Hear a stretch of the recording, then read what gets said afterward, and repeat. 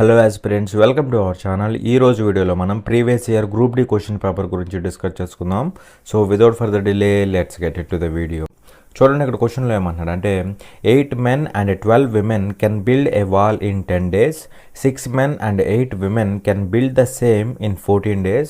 How long will 1 woman take to build it alone అనేసి question అడుగుతున్నాడు. 8 మంది పురుషులు మరియు 12 మంది స్త్రీలు 10 రోజుల్లో ఒక గోడను నిర్మించగలరు. 6 మంది పురుషులు మరియు 8 మంది స్త్రీలు 14 రోజుల్లో అదే గోడను నిర్మించగలరు. ఒక స్త్రీ ఒంటరిగా దానిని నిర్మించడానికి ఎంత సమయం పడుతుంది అనేసి క్వశ్చన్ అడుగుతున్నాడు. ఓకేనా, చూడండి ఇక్కడ ఎంతమంది మెన్ ఉన్నారు? 8 men అండ్ 12 women. అండ్ అంటే ప్లస్ అనమాట. ఓకేనా, 12 women. ఓకేనా, 8 men ప్లస్ 12 women. వీళ్ళందరూ ఏం చేస్తున్నారు? Can build a wall in 10 days. So వీళ్ళందరూ 10 daysలో ఒక వాల్ని బిల్డ్ చేయగలరు, కట్టగలరు. ఓకేనా, సో అలా 8 men plus 12 women into 10 days అనేది ఏమవుతుందంటే ఇదంతా కూడా టోటల్ వర్క్ అవుతుంది అనమాట. ఎందుకంటే ఇక్కడ మీకు ఒక రిలేషన్ తెలియాలి. ఏంటి రిలేషన్ అంటే మీ అందరికీ చెప్పే టైమ్ అండ్ వర్క్ అనే కాన్సెప్ట్లో work is equal to persons into days into efficiency into hours కూడా ఇస్తే ఇంటూ అవర్స్ కూడా చేయాలి అనేసి చెప్పాను. మరి ఇక్కడ 8 అంటే ఏంటి? నంబర్ ఆఫ్ పర్సన్స్, అంటే వీళ్ళు పర్సన్స్. ఎం అంటే ఏంటంటే మెన్ కదా, సో మెన్ యొక్క ఎఫిషియన్సీ ఎం అనమాట. సో ఇది ఎఫిషియన్సీ అవుతుంది, సామర్థ్యం అవుతుంది. మళ్ళీ ప్లస్ ఇక్కడ వీళ్ళు 12 members అంటే వీళ్ళు పర్సన్స్ ఇంటూ విమెన్ యొక్క ఎఫిషియన్సీ, ఇది విమెన్ యొక్క ఎఫిషియన్సీ. పర్సన్స్ ఇంటూ ఎఫిషియన్సీ అవుతుంది ఇది మొత్తం టోటల్గా, ఇంటూ నంబర్ ఆఫ్ డేస్ అనమాట. So persons into efficiency into number of days, persons into efficiency into number of days. Hours పక్కన పెడితే ఇదంతా ఏమవుతుంది? టోటల్ వర్క్ అవుతుంది. అదేవిధంగా ఇక్కడ ఇవన్నీ కూడా మల్టిప్లై చేస్తే మనకేమొస్తుందంటే ఈ విధంగా మనకి టోటల్ వర్క్ వస్తుంది అనమాట. అర్థమైందా? సో ఇది టోటల్ వర్క్ అవుతుంది. నెక్స్ట్ ఇంకా ఫాస్ట్గా వెళ్ళిపోతాం. చూడండి, 6 men ప్లస్ 8 women. సో వీళ్ళు ఎన్ని రోజుల్లో కంప్లీట్ చేయగలరు? Can build the same in 14 days. వీళ్ళైతే 14 days అనమాట. అర్థమైందా? సో ఇది కూడా ఏమవుతుంది? టోటల్ వర్క్ అవుతుంది. ఇది టోటల్ వర్క్ అవుతుంది. మరి రెండు టోటల్ వర్క్లే కదా, రెండు ఈక్వల్ అయిపోతాయి అనమాట. అవునా కదా, ఎందుకంటే సేమ్ వర్క్ అంటున్నాడు కదా, సో రెండు ఈక్వల్ అయిపోతాయి. అయితే ఇక్కడ ఏమంటున్నాడు? How long will 1 woman take to build it alone. అంటే విమెన్ ఒంటరిగా చేస్తే, 1 woman చేస్తే నంబర్ ఆఫ్ డేస్ ఎన్ని అనేసి క్వశ్చన్ అడుగుతున్నాడు. సో ఇక్కడ నుంచి మనం ఈ కండిషన్ నుంచి మనం విమెన్ యొక్క ఎఫిషియన్సీని, మ్యాన్ యొక్క ఎఫిషియన్సీని ఫైండ్ అవుట్ చేయాలి. ఎలాగంటే చూడండి, ఇక్కడ 2 అనేది 5 times పోతుంది, 2 అనేది 7 times పోతుంది. అలాగే ఇక్కడ 8లో 2 అనేది 4 times పోతుంది, 2 అనేది ఇక్కడ 6 times పోతుంది, ఇక్కడ 2 అనేది 3 times పోతుంది, 2 అనేది ఇక్కడ 4 times పోతుంది అనమాట. అవునా కదా? సో 5 into 4 అంటే 20 men అవుతారు. అవునా కదా, 20 men అవుతారు. ప్లస్ 5 into 6 30 women అవుతారు, 30 women అవుతారు. That is equal to 7 into 3 21 men plus 7 into 4 28 women అనమాట. అవునా కదా? సో ఇప్పుడు మనం ఏం చేయాలంటే ఈ 20 men అటు పట్టుకెళ్ళు, ఆ 28 women ఇటు పట్టుకురా. అప్పుడు ఏమవుతుంది? 21 minus 20 ఏమవుతుంది? 1 man అవుతారు. Is equal to 30 women minus 28 women అంటే ఏమవుతారు? 2 women అవుతారు కదా, 2 women అవుతారు. సో దీన్ని బట్టి మ్యాన్కి అలాగే విమెన్కి ఎఫిషియన్సీల రేషియో ఏమవుతుందంటే 2:1 అవుతుంది. అవునా కదా? అంటే మ్యాన్ యొక్క ఎఫిషియన్సీ 2 అవుతుంది, విమెన్ యొక్క ఎఫిషియన్సీ 1 అవుతుంది. అయితే టోటల్ వర్క్ని చేయడానికి విమెన్కి ఎంత టైం పడుతుంది అనేసి అడుగుతున్నాడు. మరి ఇక్కడ టోటల్ వర్క్ అంటే ఇదైనా తీసుకోవచ్చు లేదా ఇదైనా తీసుకోవచ్చు, ఏదైనా తీసుకోవచ్చు అనమాట. సో టోటల్ వర్క్ ఏమవుతుందంటే చూడండి, 8 into men ఒక నిమిషం. 8 into men అంటే మెన్ యొక్క ఎఫిషియన్సీ ఎంత? 2 ప్లస్ 12 into women యొక్క ఎఫిషియన్సీ 1 అనమాట. టోటల్గా మొత్తానికి ఏముంది? ఇంటూ 10 ఉంది కదా, సో ఇది టోటల్ వర్క్ అవుతుంది. ఈ వర్క్ని విమెన్ చేస్తే టైం ఎంత అంటున్నాడు. సో టైం అడుగుతున్నాడు కాబట్టి విమెన్ యొక్క ఎఫిషియన్సీని కింద రాయాలి. విమెన్ యొక్క ఎఫిషియన్సీ ఎంత? 1. సో వేస్తే మనకి నెంబర్ ఆఫ్ డేస్ వస్తాయి. దట్ ఈజ్ ఈక్వల్ టు ఏమవుతుందంటే 8 into 2 16 ప్లస్ 12 into 1 16 plus 12 అవుతుంది. అంటే ఎంత అవుతుంది అంటే 16 plus 12 అంటే 28 అవుతుంది. ఇంటూ 10 కదా, సో 280 days అనేది పడతాయి అనమాట. ఓకేనా? సో అలా 1 woman టోటల్ వర్క్ని కంప్లీట్ చేయడానికి ఎంత టైం తీసుకుంటుందంటే 280 days అయితే తీసుకుంటుంది అనమాట. ఓకేనా? ఇదేంటంటే అర్థం అవ్వాలనేసి ఇలా చెప్పాను, కానీ మీరు ఇలా చేయాల్సిన అవసరం లేదు, డైరెక్ట్గా కొట్టేసేయడమే. ఓకేనా? చూడండి ఇక్కడ క్వశ్చన్లో ఏమంటున్నాడు అంటే ఎక్స్ప్రెస్ 0.27 బార్ అనేది 7కు ఉందన్నమాట. 27 bar in the form p by q where p and q are integers and q not equal to 0 అంటున్నాడు. p మరియు q పూర్ణాంకాలు మరియు q నాట్ ఈక్వల్ టు 0 అయిన p బై క్యూ రూపంలో 0.27 బార్ని వ్యక్తపరచండి అనేసి క్వశ్చన్ అడుగుతున్నాడు. ఓకేనా. సో సింపుల్గా ఇక్కడ ఇచ్చిన ఈ 0.27 బార్ని ఫ్రాక్షన్లో రాస్తే ఎలా రాయొచ్చు అనేసి క్వశ్చన్ అడుగుతున్నాడు. సో ఇక్కడ ఇలాంటి వాటిల్ని ఫ్రాక్షన్లో కన్వర్ట్ చేయాలంటే మనం చేయాల్సిన ఫస్ట్ పని ఏంటంటే పాయింట్ బార్ ఎత్తేసి నెంబర్ ఏదైతే ఉంటుందో అది యాజ్ ఇట్ ఈజ్ రాసేసేయాలి. సో పాయింట్ బార్ ఎత్తేస్తే నెంబర్ ఏముంటుంది 027 ఉంటుంది, నథింగ్ బట్ 27 ఉంటుంది. అవునా కదా. మైనస్ చేయాలి. ఏం మైనస్ చేయాలంటే బార్ దేనికైతే లేదో ఆ నెంబర్ని మైనస్ చేయాలి. బార్ దేనికి లేదు 0కి 2కి లేదు కాబట్టి 02ని సబ్ట్రాక్ట్ చేయాలి. 02 అంటే 2 అవుతుంది కదా. సింపుల్గా 2ని సబ్ట్రాక్ట్ చేయాలి. అర్థమైందా. డివైడెడ్ బై అనగానే మనకు గుర్తు రావాల్సింది ఏంటంటే పాయింట్ తర్వాత, బై అనగానే పాయింట్ తర్వాత అనేసి గుర్తు రావాలి. సో పాయింట్ తర్వాత ఒక డిజిట్కి బార్ ఉంది కాబట్టి ఒక 9 తీసుకో, ఒక డిజిట్కి బార్ లేదు కాబట్టి ఒక 0 తీసుకో. సో ఒక డిజిట్కి బార్ ఉంది, బార్ ఉన్న వాటికి 9s తీసుకోవాలి, పక్కనే బార్ లేని వాటికి 0s తీసుకోవాలన్నమాట. ఒక డిజిట్కి బార్ ఉంది కాబట్టి ఒక 9 తీసుకున్నాం, ఒక డిజిట్కి బార్ లేదు కాబట్టి దాని బదులు ఒక 0 తీసుకున్నాం. అర్థమైందా. సో ఇదనమాట. So that is equal to ఏమవుతుందంటే ఇది ఎంత అవుతుంది, పైన 25 అవుతుందా, 25 డివైడెడ్ బై 90 అవుతుంది కదా, 90 అవుతుంది. మరి ఇక్కడ క్యాన్సిల్ చేస్తే ఏమవుతుంది, 5 ఇక్కడ 5 టైమ్స్ పోతుంది, 5 ఇక్కడ ఎన్ని టైమ్స్ 18 టైమ్స్ పోతుంది. సో 5/18 అనేది మనకి ఫ్రాక్షన్ అవుతుంది అనమాట. అర్థమైందా. సో ఇలా మనకి 0.27 బార్ని ఈ విధంగా అయితే రాసుకోవచ్చు. చూడండి ఇక్కడ క్వశ్చన్లో ఏమంటున్నాడు అంటే సింప్లిఫై అనేసి మనకు ఒక వాల్యూ అయితే ఇచ్చాడు. సో ఈ వాల్యూని సరళీకరించండి అనేసి అడుగుతున్నాడు అనమాట. సో ఇక్కడ మనకి ఇచ్చిన వాల్యూ ఏంటంటే చూడండి ఇదనమాట, మనకి ఇచ్చిన వాల్యూ ఏదైతే ఉందో అది ఇదనమాట. అవునా. సో దీన్ని సింప్లిఫై చేయండి అనేసి క్వశ్చన్ అడుగుతున్నాడు. చాలామంది ఏం చేస్తారంటే దీనికి సంబంధించిన ఎగ్జాక్ట్ వాల్యూ ఫైండ్ అవుట్ చేయాలి అనేసి సో ఈ రెండింటిని మల్టిప్లై చేస్తారు, మైనస్ మళ్ళీ ఈ రెండింటిని మల్టిప్లై చేస్తారు, ఆ వాల్యూ తీసుకొస్తారు. అదేవిధంగా ఈ రెండింటిని సబ్ట్రాక్ట్ చేస్తారు, ఆ వాల్యూ తీసుకొస్తారు. ఈ తతంగం అంతా చేస్తూ ఉంటారు అనమాట. కానీ దీనికి అంత సీన్ లేదు. చూడండి ఇక్కడ దీన్ని నేను సపోజ్ ఇక్కడ 423ని నేను ఏ అనుకుంటున్నా, అప్పుడు ఇది కూడా ఏమవుతుంది ఏ అవుతుంది. ఇది 325 ఇది బి అనుకుంటున్నా, అప్పుడు ఇది కూడా ఏమవుతుంది బి అవుతుంది. అలాగే 423 అంటే ఏ అవుతుంది, ఇదేమవుతుంది బి అవుతుంది. అవునా కదా. అంటే ఇది A into A minus B into B by A minus B అనమాట. అవునా కదా. సో ఇక్కడ చూస్తే దీన్ని సింప్లిఫై చేస్తే ఎలా అవుతుంది, ఇది చూడండి సింప్లిఫై చేస్తే A square minus B square by AB by AB కాదు బై ఏ మైనస్ బి అవుతుంది. అవునా కదా. So that is equal to ఏమవుతుంది A minus B into A plus బిగా రాసుకోవచ్చు కదా, దాన్ని ఏ ప్లస్ బిగా రాసుకోవచ్చు. Divided by A minus B ఉంది. అవునా కదా. సో ఇక్కడ క్యాన్సిల్ చేస్తే ఏమవుతుంది A minus B get cancelled. So that is equal to A plus B అంటే ఇప్పుడు సింపుల్గా అయిపోతుంది. ఇందాక ఇది చేయమంటేనేమో మనకి ఎక్కువగా కాంప్లికేట్ అయిపోతుంది అనమాట. బట్ ఇక్కడ ఇది సింపుల్ అయిపోతుంది అనమాట. ఇక్కడ ఏ ప్లస్ బి అంటే ఏ అంటే 423 ప్లస్ బి అంటే 325 రెండింటిని యాడ్ చేస్తే ఎంత అవుతుంది 8, ఇది ఒక 4, ఇది ఒక 748 అవుతుంది. సో 748 అనేది దీని యొక్క ఆన్సర్ అవుతుంది అనమాట. అంతేగాని మీరు నార్మల్గా చేశారనుకోండి ఆన్సర్స్ అనేవి రావన్నమాట, ఎక్కువ టైం తీసుకుంటుంది. ఇక్కడ మీరు క్లియర్గా అబ్జర్వ్ చేయాలి అసలు ఎలా ఉంది ఏంటి అనేసి అబ్జర్వ్ చేయాలి. చూడండి ఇక్కడ మనకి A into A B into B ఇలా అబ్జర్వ్ చేయగానే మనకి సింపుల్ అయిపోయింది. చూసారా ఏ ప్లస్ బి వచ్చింది. సో డైరెక్ట్గా చేసేయచ్చు అనమాట. చూడండి ఇక్కడ క్వశ్చన్లో ఏమంటున్నాడు అంటే using pi is equal to 22/7 find the perimeter of the semi circle whose diameter is 21 centimetres long అనేసి క్వశ్చన్ అడుగుతున్నాడు. పై ఈజ్ ఈక్వల్ టు 22/7 ఉపయోగించి 21 సెంటీమీటర్ల వ్యాసం గల అర్ధవృత్తం యొక్క చుట్టుకొలతను కనుగొనండి అనేసి క్వశ్చన్ అడుగుతున్నాడు. సో ఇక్కడ మనకేమి ఇచ్చాడు పై ఈక్వల్ టు 22/7 ఈ కండిషన్ ఇచ్చాడు. అదేవిధంగా డయామీటర్ ఇచ్చాడు, ఈ సెమీ సర్కిల్ యొక్క డయామీటర్ ఇచ్చాడు ఎంత అంటే 21 సెంటీమీటర్స్ ఇచ్చాడు. సో ఈ రెండు కండిషన్స్ ఇచ్చేసి ఈ సెమీ సర్కిల్ యొక్క పెరిమీటర్ చుట్టుకొలతని ఫైండ్ అవుట్ చేయమంటున్నాడు. అవునా కదా. సో ఇక్కడ సెమీ సర్కిల్ అంటే ఇదేనా కదా, ఇది సెమీ సర్కిల్ అనమాట. దీని యొక్క పెరిమీటర్ని ఫైండ్ అవుట్ చేయమంటున్నాడు. సో డైరెక్ట్ ఫార్ములా ఉందన్నమాట. ఏంటి ఆ ఫార్ములా అంటే సెమీ సర్కిల్ యొక్క పెరిమీటర్కి ఫార్ములా ఏంటంటే πr + 2r కామన్ తీసుకుంటే పై ప్లస్ 2 ఇంటూ ఆర్ అవుతుంది అనమాట. పై ప్లస్ 2 ఇంటూ ఆర్ అవుతుంది. లేదంటే మీరు ఇక్కడ 2r బదులు 2r అంటే డయామీటర్ కదా, సో 2r బదులు మీరు d అనేసి కూడా పెట్టుకోవచ్చు, నో ప్రాబ్లం. ఓకేనా, సో అదనమాట మీరు తెలుసుకోవాల్సింది. అయితే ఇక్కడ పై అంటే మనకు క్లియర్గా చెప్పాడు ఏమని, 22/7 అని చెప్పాడు.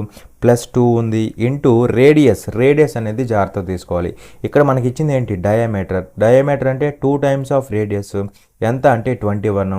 అప్పుడు రేడియస్ వరకే ఏమవుతుంది, రేడియస్ వరకే చూస్తే 21/2 అవుతుంది, అవునా కదా. సో ఇదనమాట. మరి ఇక్కడ చూస్తే 2 1 టైం పోతుంది, 2 ఇక్కడ 11 టైమ్స్ పోతుంది, ఇక్కడ 1 టైం పోతుంది. 11/7 ప్లస్ 1 అవుతుంది. క్రాస్ మల్టిప్లై చేస్తే 7 అవుతుంది. 11 + 7 18 అవుతుందా, సో 18/లో 7 కామన్ అవుతుంది ఇంటూ 21 అవుతుంది అనమాట, అవునా. సో ఇక్కడ చూస్తే మనకి 7 1 టైం పోతుంది, 7 ఇక్కడ 3 టైమ్స్ పోతుంది. 18 3s ఎంత అంటే 54 సెంటీమీటర్స్ అవుతుంది. ఓకేనా, సో 54 సెంటీమీటర్స్ అనేది మనకి ఈ సెమీ సర్కిల్ యొక్క పెరిమీటర్ అవుతుంది అనమాట, అవునా కదా. సో ఇది ఎలా వచ్చిందంటే చూడండి, ఇదిగోండి పెరిమీటర్ అంటే ఏంటి, మొత్తం ఈ చుట్టుకొలత ఏదైతే ఉందో దాన్ని మొత్తాన్ని యాడ్ చేసి వచ్చేదే మనకి పెరిమీటర్ అనమాట. మరి ఇక్కడ ఇదిగోండి ఇక్కడ నుంచి స్టార్ట్ అవుతున్నాను, ఇది మొత్తం ఇలా తీసుకొని యాడ్ చేయాలి దీన్ని. మరి ఇక్కడ ఇదేమవుతుంది, సర్కిల్ యొక్క పెరిమీటర్లో సగం అవుతుంది. ఇదేమవుతుంది, ఇప్పుడు నేను డ్రా చేసింది సర్కిల్ యొక్క పెరిమీటర్లో సగం అవుతుంది. సర్కిల్ యొక్క పెరిమీటర్ అంటే 2πr దాంట్లో సగం అంటే /2 అయినా కదా, సో అలా πr వస్తుంది. πr వచ్చింది. ప్లస్ మనం ఇంకోటి కూడా యాడ్ చేయాలి, మొత్తం కలిపితేనే మనకి పెరిమీటర్ వస్తుంది. సో ఇది కూడా యాడ్ చేయాలన్నమాట. మరి ఇదంటే ఏంటి, డయామీటర్ అంటే d అనమాట. దాన్ని ఇంకో విధంగా ఏం చెప్పుకోవచ్చు, 2 టైమ్స్ ఆఫ్ రేడియస్ అని చెప్పుకోవచ్చు. ప్లస్ 2r కూడా వచ్చింది, πr + 2r అలా వచ్చింది అనమాట. ఓకేనా, సో ఈ విధంగా మనం సెమీ సర్కిల్ యొక్క పెరిమీటర్ని అయితే ఫైండ్ అవుట్ చేస్తాం. దట్ ఈజ్ 54 సెంటీమీటర్స్ అయితే వచ్చిందనమాట మనకి. చూడండి ఇక్కడ క్వశ్చన్లో ఏమంటాడంటే 6 men and 8 women could finish a work in 14 days. 8 men and 12 women could finish the same work in 10 days. How much time would be taken to finish the same work if one man worked alone అనేసి question అడుగుతున్నాడు. 6 మంది పురుషులు మరియు 8 మంది మహిళలు ఒక పనిని 14 రోజుల్లో పూర్తి చేయగలరు. 8 మంది పురుషులు మరియు 12 మంది మహిళలు అదే పనిని 10 రోజుల్లో పూర్తి చేయగలరు. ఒక పురుషుడు ఒంటరిగా పని చేస్తే అదే పనిని పూర్తి చేయడానికి ఎంత సమయం పడుతుంది అనేసి క్వశ్చన్ అడుగుతున్నాడు. సో ఇలాంటి క్వశ్చనే ముందుగా వచ్చింది కదా ఒకటి, సో అదే మోడల్ అనమాట, డిఫరెన్స్ ఏమీ ఉండదు. చూడండి ఇక్కడ ఏమంటున్నాడు, 6 men plus 8 women, 6 men plus 8 women వీళ్ళందరూ ఒక వర్క్ని ఎన్ని డేస్లో కంప్లీట్ చేయగలరు, 14 డేస్లో కంప్లీట్ చేయగలరు. సో అలా ఇదేమవుతుంది, ఇది టోటల్ వర్క్ అవుతుంది, అవునా కదా. అదేవిధంగా ఇక్కడ ఏమంటున్నాడు, 8 men plus 12 women, 8 men 12 women వీళ్ళందరూ ఎన్ని డేస్లో కంప్లీట్ చేయగలరు, could finish the same work ఇది ఇంపార్టెంట్ ఇన్ 10 days. సో వీళ్ళైతే 10 daysలో వర్క్ని కంప్లీట్ చేయగలరు. సేమ్ వర్క్ కదా, మరి ఇది టోటల్ వర్కే సేమ్ అంటున్నాడు కాబట్టి రెండింటిని ఈక్వల్ చేసుకోవాలి. ఓకేనా, సో ఇక్కడ నుంచి మనకి మ్యాన్కి విమెన్కి ఎఫిషియన్సీల రేషియో వస్తుంది. దాన్ని బట్టి మనం ఈ క్వశ్చన్కి ఆన్సర్ అయితే తీసుకొస్తాం అనమాట. అయితే ఇక్కడ క్వశ్చన్లో ఏమంటున్నాడు, how much time would be taken to finish the same work if one man worked alone. So same వర్క్ని ఒక మ్యాన్ వర్క్ చేస్తే, అంటే మ్యాన్ ఒక్కడే వర్క్ చేస్తే అదే వర్క్ని ఎన్ని డేస్లో కంప్లీట్ చేయగలడు, అది క్వశ్చన్ అనమాట. ఓకేనా, సో ఇక్కడ నుంచి ఎఫిషియన్సీలు కట్టవచ్చు కదా. ఎఫిషియన్సీలు ఎలా వస్తాయి అంటే చూడండి, ముందు క్యాన్సిల్ చేయండి. 2 ఇక్కడ 7 టైమ్స్, 2 ఇక్కడ 5 టైమ్స్ పోతుంది. అలాగే 2 ఇక్కడ 3 టైమ్స్ పోతుంది, 2 ఇక్కడ 4 టైమ్స్ పోతుంది. 2 ఇక్కడ 4 టైమ్స్ పోతుంది, 2 ఇక్కడ ఎన్ని టైమ్స్ 6 టైమ్స్ పోతుంది అనమాట. మొత్తంలో క్యాన్సిల్ అయితేనే క్యాన్సిల్ చేయాలి. ఓకేనా, సో 7 × 3 21 men అవుతారా, 21 men అవుతారు. ప్లస్ 7 4s 28 women అవుతారు. Is equal to 5 4s 20 men అవుతారు. ప్లస్ 5 6 30 women అవుతారు అనమాట, 30 women అవుతారు. సో ఇప్పుడు ఈ 20 menని అటు తీసుకెళ్ళు, 28 womenని ఇటువైపు పట్టుకురా. అప్పుడు ఏమవుతుంది, 21 - 20 అంటే 1 man అవుతారు కదా, 1 man అవుతారు. Is equal to 30 women - 28 women అంటే 2 women అవుతారు. సో దీన్ని బట్టి మ్యాన్కి విమెన్కి ఎఫిషియన్సీల రేషియో ఏమవుతుందంటే 2:1 అవుతుంది. అంటే మ్యాన్ యొక్క ఎఫిషియన్సీ 2, విమెన్ యొక్క ఎఫిషియన్సీ 1 అనమాట. అవునా? అయితే ఇప్పుడు టోటల్ వర్క్ అంటే ఇదైనా తీసుకోండి లేదా ఇదైనా తీసుకోండి, ఏదైనా తీసుకోవచ్చు అనమాట. మరి ఇక్కడ టోటల్ వర్క్ అంటే ఏమవుతుంది 6M అంటే మ్యాన్ యొక్క ఎఫిషియన్సీ ఎంత 2 ప్లస్ 8 ఇంటూ విమెన్ యొక్క ఎఫిషియన్సీ 1 అనమాట, ఇంటూ మొత్తానికి 14 ఉంది, ఇంటూ 14 ఉంది అనమాట. అవునా కదా? సో ఇది టోటల్ వర్క్ అవుతుంది. అయితే ఈ వర్క్ని ఒక మ్యాన్ చేస్తే ఒంటరిగా డేస్ ఎన్ని పడతాయి అంటున్నాడు. సో వాడి యొక్క ఎఫిషియన్సీని డినామినేటర్లో రాస్తే సరిపోతుంది, బైలో రాస్తే సరిపోతుంది. సో మ్యాన్ చేయాలి కదా, మరి మ్యాన్ యొక్క ఎఫిషియన్సీ ఎంత 2 కదా, సో అది డినామినేటర్లో రాస్తే సరిపోతుంది. సో అలా నెంబర్ ఆఫ్ డేస్ అయితే మనకి వస్తాయన్నమాట. అవునా? సో ఇక్కడ చూస్తే మనకి ఏమవుతుంది 2 1 టైము, 2 ఇక్కడ 7 టైమ్స్ పోతుంది, 6 2s 12 ప్లస్ 8 ఎంత అవుతుంది, 12 ప్లస్ 8 అంటే 20 ఇంటూ 7 అంటే 20 ఇంటూ 7 అంటే 140 డేస్ అవుతాయి అనమాట. అవునా కదా? సో అలా మనకి 140 డేస్ అనేవి ఈ మ్యాన్కి పడతాయి అనమాట సోలోగా వర్క్ చేస్తే. ఓకేనా? చూడండి ఇక్కడ క్వశ్చన్లో ఏమంటాడంటే Chandrashekhar sold 12 identical articles for a total of ₹420 incurring a loss equal to the cost price of 7 such articles. The cost price of 1 such article is అనేసి క్వశ్చన్ అడుగుతున్నాడు. చంద్రశేఖర్ మొత్తం ₹420 12 ఒకేలాంటి ఆర్టికల్స్ని విక్రయించాడు. అలాంటి 7 వస్తువుల కొన్న ధరకు సమానమైన నష్టాన్ని చవిచూచాడు. అలాంటి ఒక ఆర్టికల్ యొక్క కొన్న ధర ఎంత అనేసి క్వశ్చన్ అడుగుతున్నాడు. ఓకేనా? సో ఇక్కడ చూడండి, ఇక్కడ ఏమంటున్నాడు Chandrashekhar sold 12 identical articles for a total of ₹420. అంటే ఇక్కడ ఈ 12 ఐడెంటికల్ ఆర్టికల్స్ని ఎంత కమ్మాడు, ₹420 అమ్మాడు. అంటే సింపుల్గా ఈ 12 ఐడెంటికల్ ఆర్టికల్స్ అంటే అన్నీ సేమ్ అనమాట. అంటే వాటన్నిటి యొక్క కాస్ట్ ప్రైస్ సేమ్గా ఉంటుంది, వాటన్నిటి యొక్క సెల్లింగ్ ప్రైస్ కూడా సేమ్గానే ఉంటుంది. అలాంటివి అనమాట ఐడెంటికల్ అంటే. అవునా? మరి ఇక్కడ 12 ఐడెంటికల్ ఆర్టికల్స్ని ఎంత కమ్మాడు, 420కి అమ్మాడు. మరి 420కి అమ్మాడు కాబట్టి ఈ 12 ఆర్టికల్స్ యొక్క సెల్లింగ్ ప్రైస్ ఏమవుతుంది, 420 అవుతుంది అనమాట. అది పాయింట్. సో 12 ఆర్టికల్స్ యొక్క సెల్లింగ్ ప్రైస్ ఎస్పి ఏమవుతుందంటే 420 అవుతుంది. అర్థమైందా? సో 12 ఆర్టికల్స్ యొక్క సెల్లింగ్ ప్రైస్ ఎంత, 420. అవునా? అయితే ఇక్కడ ఇలా గనక అమ్మితే ఏమవుతుంది, incurring a loss equal to cost price of 7 such articles అంటున్నాడు. అంటే ఇలా గనక అమ్మితే ఈ 12 ఆర్టికల్స్ని 420కి అమ్మితే వీడికి ఏమొస్తుంది అంటే లాస్ వస్తుంది. ఎంత లాస్ వస్తుందంటే cost price of 7 such articles. So 7 articles యొక్క కాస్ట్ ప్రైస్ ఎంత ఉందో దానికి ఈక్వల్ అయిన లాస్ వస్తుంది అనమాట. అంటే లాస్ ఈక్వల్ టు ఏమవుతుంది, 7 ఆర్టికల్స్ యొక్క కాస్ట్ ప్రైస్ అవుతుంది. అవునా కదా? 7 ఆర్టికల్స్ యొక్క కాస్ట్ ప్రైస్ అవుతుంది, 7 ఆర్టికల్స్ యొక్క కాస్ట్ ప్రైస్. మరి ఇక్కడ చెప్పండి లాస్ అంటే మనకేం తెలుసు, లాస్ ఈక్వల్ టు ఏమవుతుంది, cost price minus selling price అవుతుంది. అవునా? అయితే ఇక్కడ చాలామంది ఏం చేస్తారంటే కాస్ట్ ప్రైస్ అంటే జస్ట్ సిపి తీసుకుంటారు. అలా తీసుకుంటే ఆన్సర్లో రావన్నమాట. ఎందుకంటే ఇక్కడ సెల్లింగ్ ప్రైస్ 12 ఆర్టికల్స్కి ఉంది కాబట్టి కాస్ట్ ప్రైస్ను కూడా 12 ఆర్టికల్స్కే తీసుకోవాలి. సో లాస్ బదులు నేను cost price minus selling price పెట్టాలి. కాస్ట్ ప్రైస్ అంటే 12 ఆర్టికల్స్ యొక్క కాస్ట్ ప్రైస్ని పెట్టాలన్నమాట. ఎందుకంటే 12 ఆర్టికల్స్ యొక్క సెల్లింగ్ ప్రైస్ ఉంది కాబట్టి 12 ఆర్టికల్స్ యొక్క కాస్ట్ ప్రైస్ని తీసుకోవాలి. మైనస్ సెల్లింగ్ ప్రైస్ అంటే 12 ఆర్టికల్స్ యొక్క selling price is equal to loss అనమాట. ఇది లాస్కి ఈక్వల్ అవుతుంది. ఆ లాస్ ఎంత, 7 సిపి అనమాట. అర్థమైందా? సో ఇక్కడ 12 ఎస్పీ అంటే 420 కదా, 420. ఈ 7 సిపి అటు పట్టుకెళ్తే 12 మైనస్ 7 అంటే 5 సిపి అవుతుంది. 5 సిపి ఈక్వల్ టు ఏమవుతుంది, ఇది ఇటు వస్తే 12 ఎస్పీ అవుతుంది. 12 ఎస్పీ అంటే 420 అవుతుంది. అలా సిపి కాస్ట్ ప్రైస్ ఎంత అవుతుంది, అంటే 420/5 అవుతుందా, /5 అవుతుంది. సో ఇక్కడ చూస్తే ఏమవుతుందంటే 5 1 టైము, 5 ఇక్కడ 10లో 2 టైమ్స్ పోతుంది. 2 ఇంటూ 42 అంటే ఎంత అవుతుంది, 84 అవుతుంది అనమాట. సో ఒక ఆర్టికల్ యొక్క కాస్ట్ ప్రైస్ ఎంత అవుతుందంటే cost price of 1 such article is అంటున్నాడు.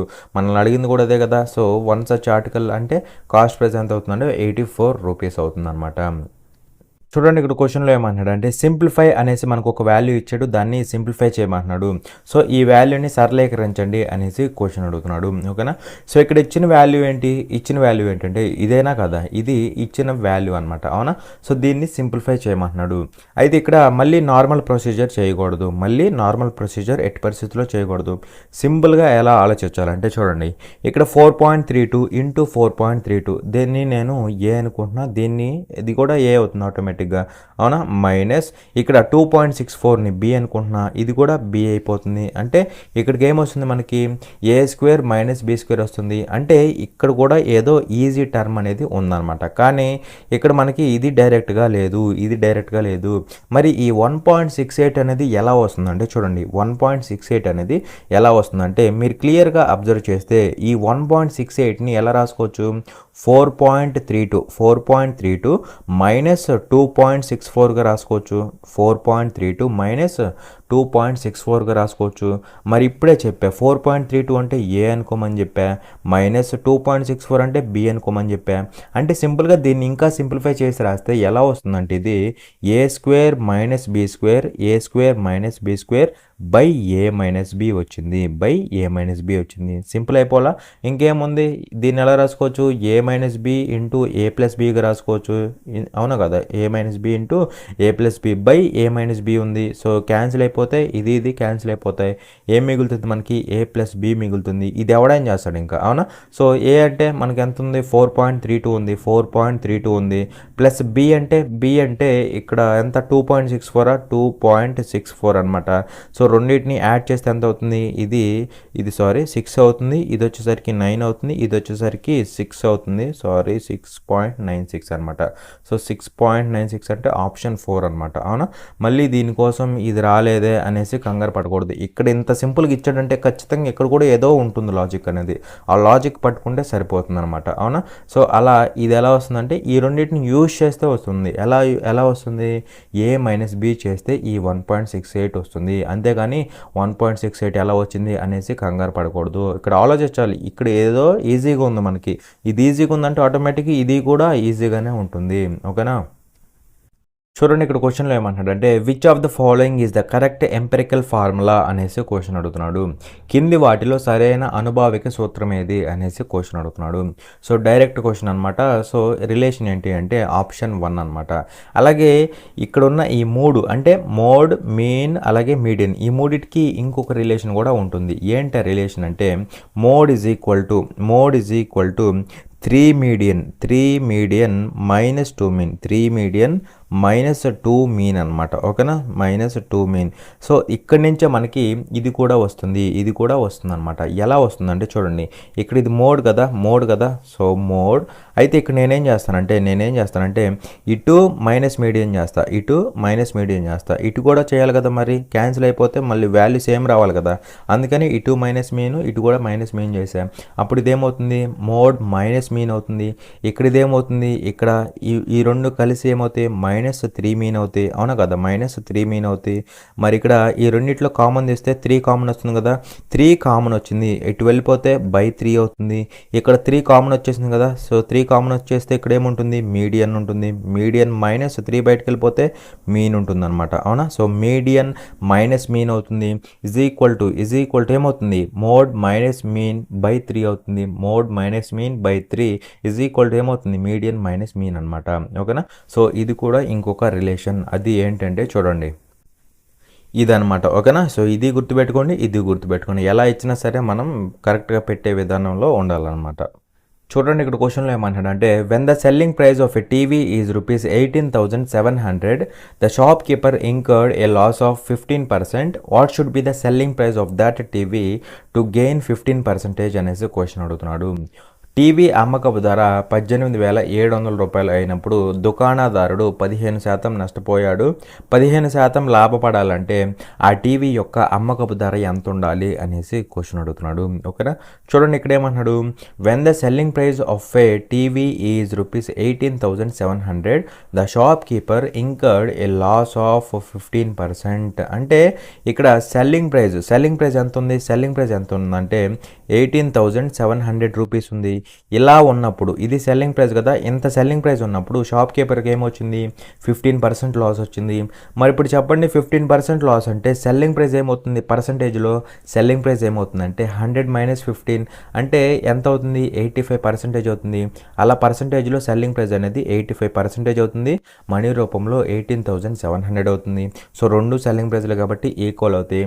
అయితే మనల్ని ఏమడుగుతున్నాడు అంటే what should be the selling price of that TV to gain 15% 15%. అంటే 15% గెయిన్ చేయాలంటే 15% ప్రాఫిట్ రావాలంటే 15% లాభం రావాలంటే సెల్లింగ్ ప్రైస్ ఎంత ఉండాలి అంటున్నాడు. టీవీ యొక్క సెల్లింగ్ ప్రైస్ ఎంత ఉండాలి అనేసి అడుగుతున్నాడు. మరి ఇక్కడ 15% ప్రాఫిట్ రావాలంటే సెల్లింగ్ ప్రైస్ అనేది పర్సంటేజ్లో ఎంత ఉండాలి?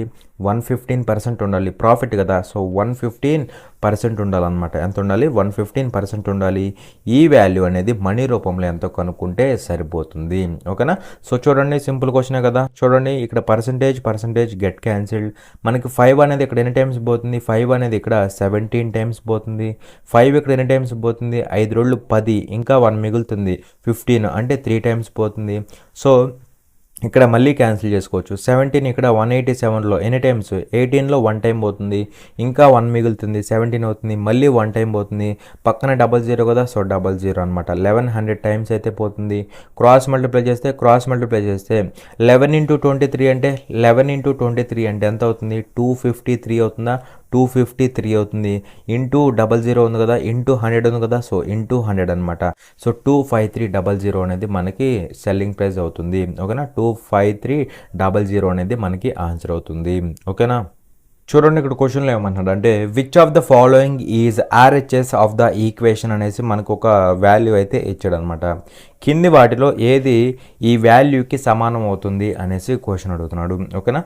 సో ఇక్కడ మీనింగ్ ఏంటంటే, ఈ క్వశ్చన్ మీనింగ్ ఏంటంటే దీనికి సమానమైన RHS అంటే రైట్ హ్యాండ్ సైడ్ అనమాట. సో దీన్ని సింప్లిఫై చేస్తే అసలు ఏమొస్తుంది అనేసి ఫైనల్గా క్వశ్చన్ అడుగుతున్నాడు అనమాట. ఓకేనా?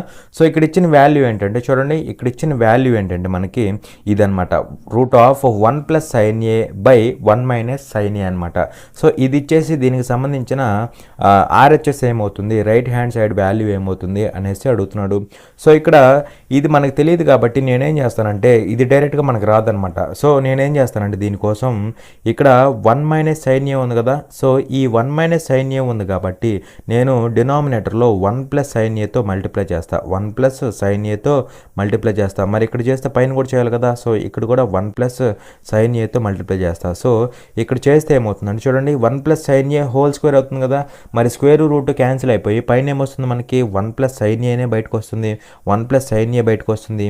అలాగే ఇక్కడ ఇదేమవుతుంది, A - B × A + B, A - B × A + B అవుతుంది.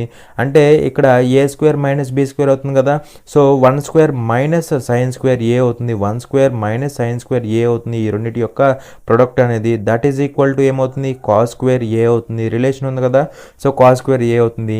ఇది ఎక్కడ ఉంది? రూట్లో ఉంది కాబట్టి బయటకు వస్తే ఏమవుతుంది, cos Aనే అవుతుంది. ఏమవుతుంది? cos Aనే అవుతుంది అనమాట. cos A అవుతుంది. అర్థమైందా? So that is equal to 1/cos A అంటే 1/cos A అంటే secant A అవుతుంది, ప్లస్ sin A/cos A అంటే sin A/cos A అంటే tan A అవుతుంది అనమాట, tan A అవుతుంది. సో అలా వాల్యూ ఏమవుతుందంటే దీని యొక్క final value secant A + tan A, secant A + tan A, that is option 1 అనమాట. అర్థమైందా? ఇక్కడ ఇచ్చిన వాల్యూ ఇది మనకి డైరెక్ట్గా రాదు కాబట్టి మనం ఏం చేసాం, సింపుల్గా ఇక్కడ ఉన్నది డినామినేటర్లో 1 - sin A కాబట్టి నేను 1 + sin Aతో మల్టిప్లై చేస్తా. ఇక్కడ మల్టిప్లై చేస్తే పైన కూడా చేయాలి, చేస్తే మనకేమొచ్చింది, పైన 1 + sin A అనేది స్క్వేర్ అవుతుంది కాబట్టి √2² క్యాన్సిల్ అయిపోయి ఇది బయటకు వచ్చింది. ఇక్కడ దీన్ని సాల్వ్ చేస్తే 1 - sin² A, 1² - sin² A వస్తుంది, అంటే cos² A వస్తుంది. రూట్లో ఉంది కాబట్టి cos A బయటకు వస్తుంది. సో చేస్తే మనకి secant A + tan A అనేది బయటకు వచ్చింది అనమాట. ఓకేనా? సో అది దీనికి సంబంధించిన RHS వాల్యూ అవుతుంది. ఓకేనా? చూడండి ఇక్కడ క్వశ్చన్లో ఏమన్నాడు అంటే the graph and the table below show the total units sold by 3 salesmen named Jeet, Mridul and Shashank in 3 different years, that is 2015, 2016 and 2017. Study the graph and table and answer the question అనేసి అడుగుతున్నాడు. కింది గ్రాఫ్ మరియు పట్టిక జీత్, మృదుల్ మరియు శశాంక్ అనే 3 సేల్స్మెన్లు 3 వేర్వేరు సంవత్సరాలలో అంటే 2015, 2016 మరియు 2017లో విక్రయించిన మొత్తం యూనిట్లను చూపుతాయి. గ్రాఫ్ మరియు పట్టికను అధ్యయనం చేసి ప్రశ్నకు సమాధానం ఇవ్వండి అనేసి మనకి కొంత డేటా అయితే ఇచ్చాడనమాట. ఓకేనా? సో ఈ డేటా సింపుల్గానే ఉంటుంది. చూడండి ఇక్కడ ఇవేంటంటే 2015, 16, 17 ఇవేంటంటే ఇయర్స్ అనమాట. అలాగే జీత్, మృదుల్, శశాంక్ వీళ్ళు ఎవరంటే సేల్స్ పర్సన్స్ అనమాట. ఓకేనా? సో వీళ్ళు 3 సేల్స్ పర్సన్స్ అనమాట. అలాగే ఇక్కడ మనకి ఏవైతే నెంబర్స్ ఉన్నాయో ఈ నెంబర్స్ ఏంటి అంటే ఈ పర్టికులర్ సేల్స్ మెన్ లేదా ఈ పర్టికులర్ పర్సన్ ఈ పర్టికులర్ ఇయర్లో ఎన్నైతే యూనిట్స్ని అమ్మాడో ఆ నంబర్ అనమాట ఇది. ఓకేనా, ఇంకా సింపుల్గా చెప్పాలంటే జీత్ అనేవాడిని తీసుకుంటే 2015లో వీడు అమ్మిన యూనిట్స్ ఎన్ని అంటే 35 యూనిట్స్ అనమాట. ఓకేనా, 35 యూనిట్స్. అదేవిధంగా మృదుల్ అనేవాడిని తీసుకుంటే వీడు 2017లో ఎన్ని యూనిట్స్ అమ్మాడంటే 30 యూనిట్స్ అమ్మాడు అనేసి చెప్తామన్నమాట. అలాగే ఇక్కడ శశాంక్ అనేవాడు తీసుకుంటే వీడు 2016లో వీడు ఎన్ని అమ్మాడంటే 50 యూనిట్స్ని అయితే అమ్మాడనమాట. అలా ఇవేంటంటే ఇయర్స్, వీళ్ళు ఎవరంటే పర్సన్స్, ఈ మధ్యలో ఉన్న నెంబర్స్ ఏంటంటే ఆ పర్టికులర్ పర్సన్ ఆ పర్టికులర్ ఇయర్లో అమ్మిన యూనిట్స్ అనమాట. అర్థమైంది కదా డేటా. అయితే ఇక్కడ ఈ డేటా అంతా ఇచ్చేసి మనకు ఒక క్వశ్చన్ అయితే ఇచ్చాడు అనమాట. ఏంటి ఆ క్వశ్చన్ అంటే చూడండి, if Jeet has sold an average of 40 units in 5 years, that is from 2015 to 2019, and if the number of units sold by Jeet in 2018 and 2019 is exactly the same, then how many units did he sell in the year 2018 అనేసి question అడుగుతున్నాడు. జీత్ 5 సంవత్సరాలలో అంటే 2015 నుండి 2019 వరకు సగటున 40 యూనిట్లను విక్రయించినట్లయితే మరియు 2018 మరియు 2019లో జీత్ విక్రయించిన యూనిట్ల సంఖ్య సరిగ్గా ఒకేలా ఉంటే 2018వ సంవత్సరంలో అతను ఎన్ని యూనిట్లను విక్రయించాడు అనేసి క్వశ్చన్ అడుగుతున్నాడు. ఓకేనా, సో మంచి క్వశ్చన్, సింపుల్ క్వశ్చన్. చూడండి ఇక్కడ ఏమంటున్నాడు, if Jeet has sold an average of 40 units in 5 years, అంటే ఇక్కడ జీత్ అనేవాడు 5 yearsలో, ఆ 5 years కూడా ఏంటి 2015 నుంచి 2019 వరకు అనమాట. సో ఈ 5 yearsలో వీడు యావరేజ్గా 40 యూనిట్స్ని అయితే అమ్ముకుంటూ వచ్చాడనమాట. ఓకేనా, 5 yearsలో యావరేజ్గా ఎవ్రీ ఇయర్ యావరేజ్గా 40 యూనిట్స్ని అయితే అమ్మాడు. అవునా కదా. అలాగే ఇక్కడ ఏమంటున్నాడు, if the number of units sold by Jeet in 2019 and 2018 is exactly same అంటున్నాడు. అంటే సింపుల్గా ఇక్కడ 2018లో 2019లో ఈ జీత్ అనేవాడు అమ్మిన యూనిట్స్ ఎలా ఉన్నాయి అంటే సేమ్గా ఉన్నాయి అనమాట. అంటే 2018లో ఎక్స్ యూనిట్స్ అమ్మితే 19లో కూడా ఎక్స్ యూనిట్సే అమ్ముతాడు. అవునా కదా.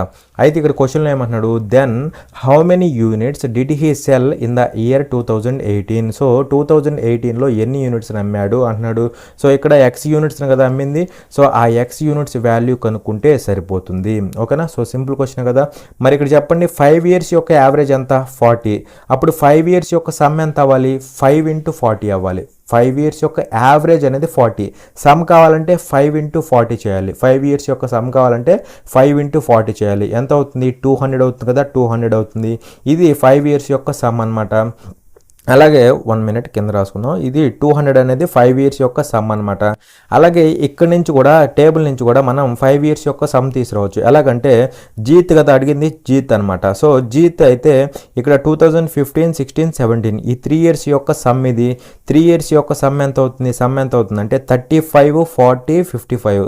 35, 55 అంటే 90 అవుతుంది. 90, 40 అంటే 130 అవుతుంది. అవునా కదా, 130. ఇదేమో 3 years యొక్క సమ్, 15 నుంచి 17 వరకు ఇది 18, 19, 11 అనమాట. సో 5 years యొక్క సమ్ అంటే ఈ మొత్తాన్ని యాడ్ చేయాలి.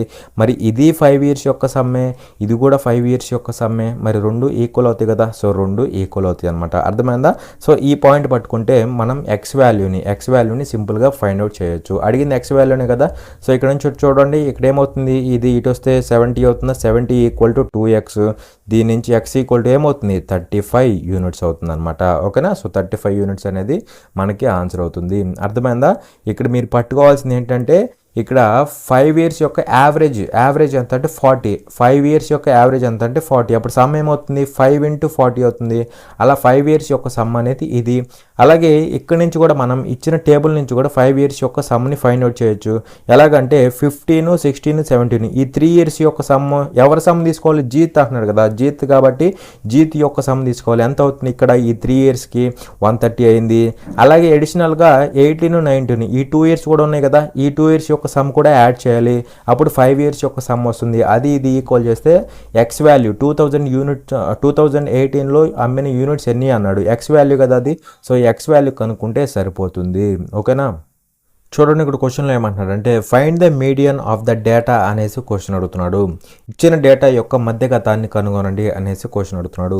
సో ఇక్కడ మనకి ఏమి ఇచ్చాడు, క్లాస్ ఇంటర్వెల్స్ ఇచ్చాడు, అదేవిధంగా ఫ్రీక్వెన్సీలు ఇచ్చాడు అనమాట. ఓకేనా.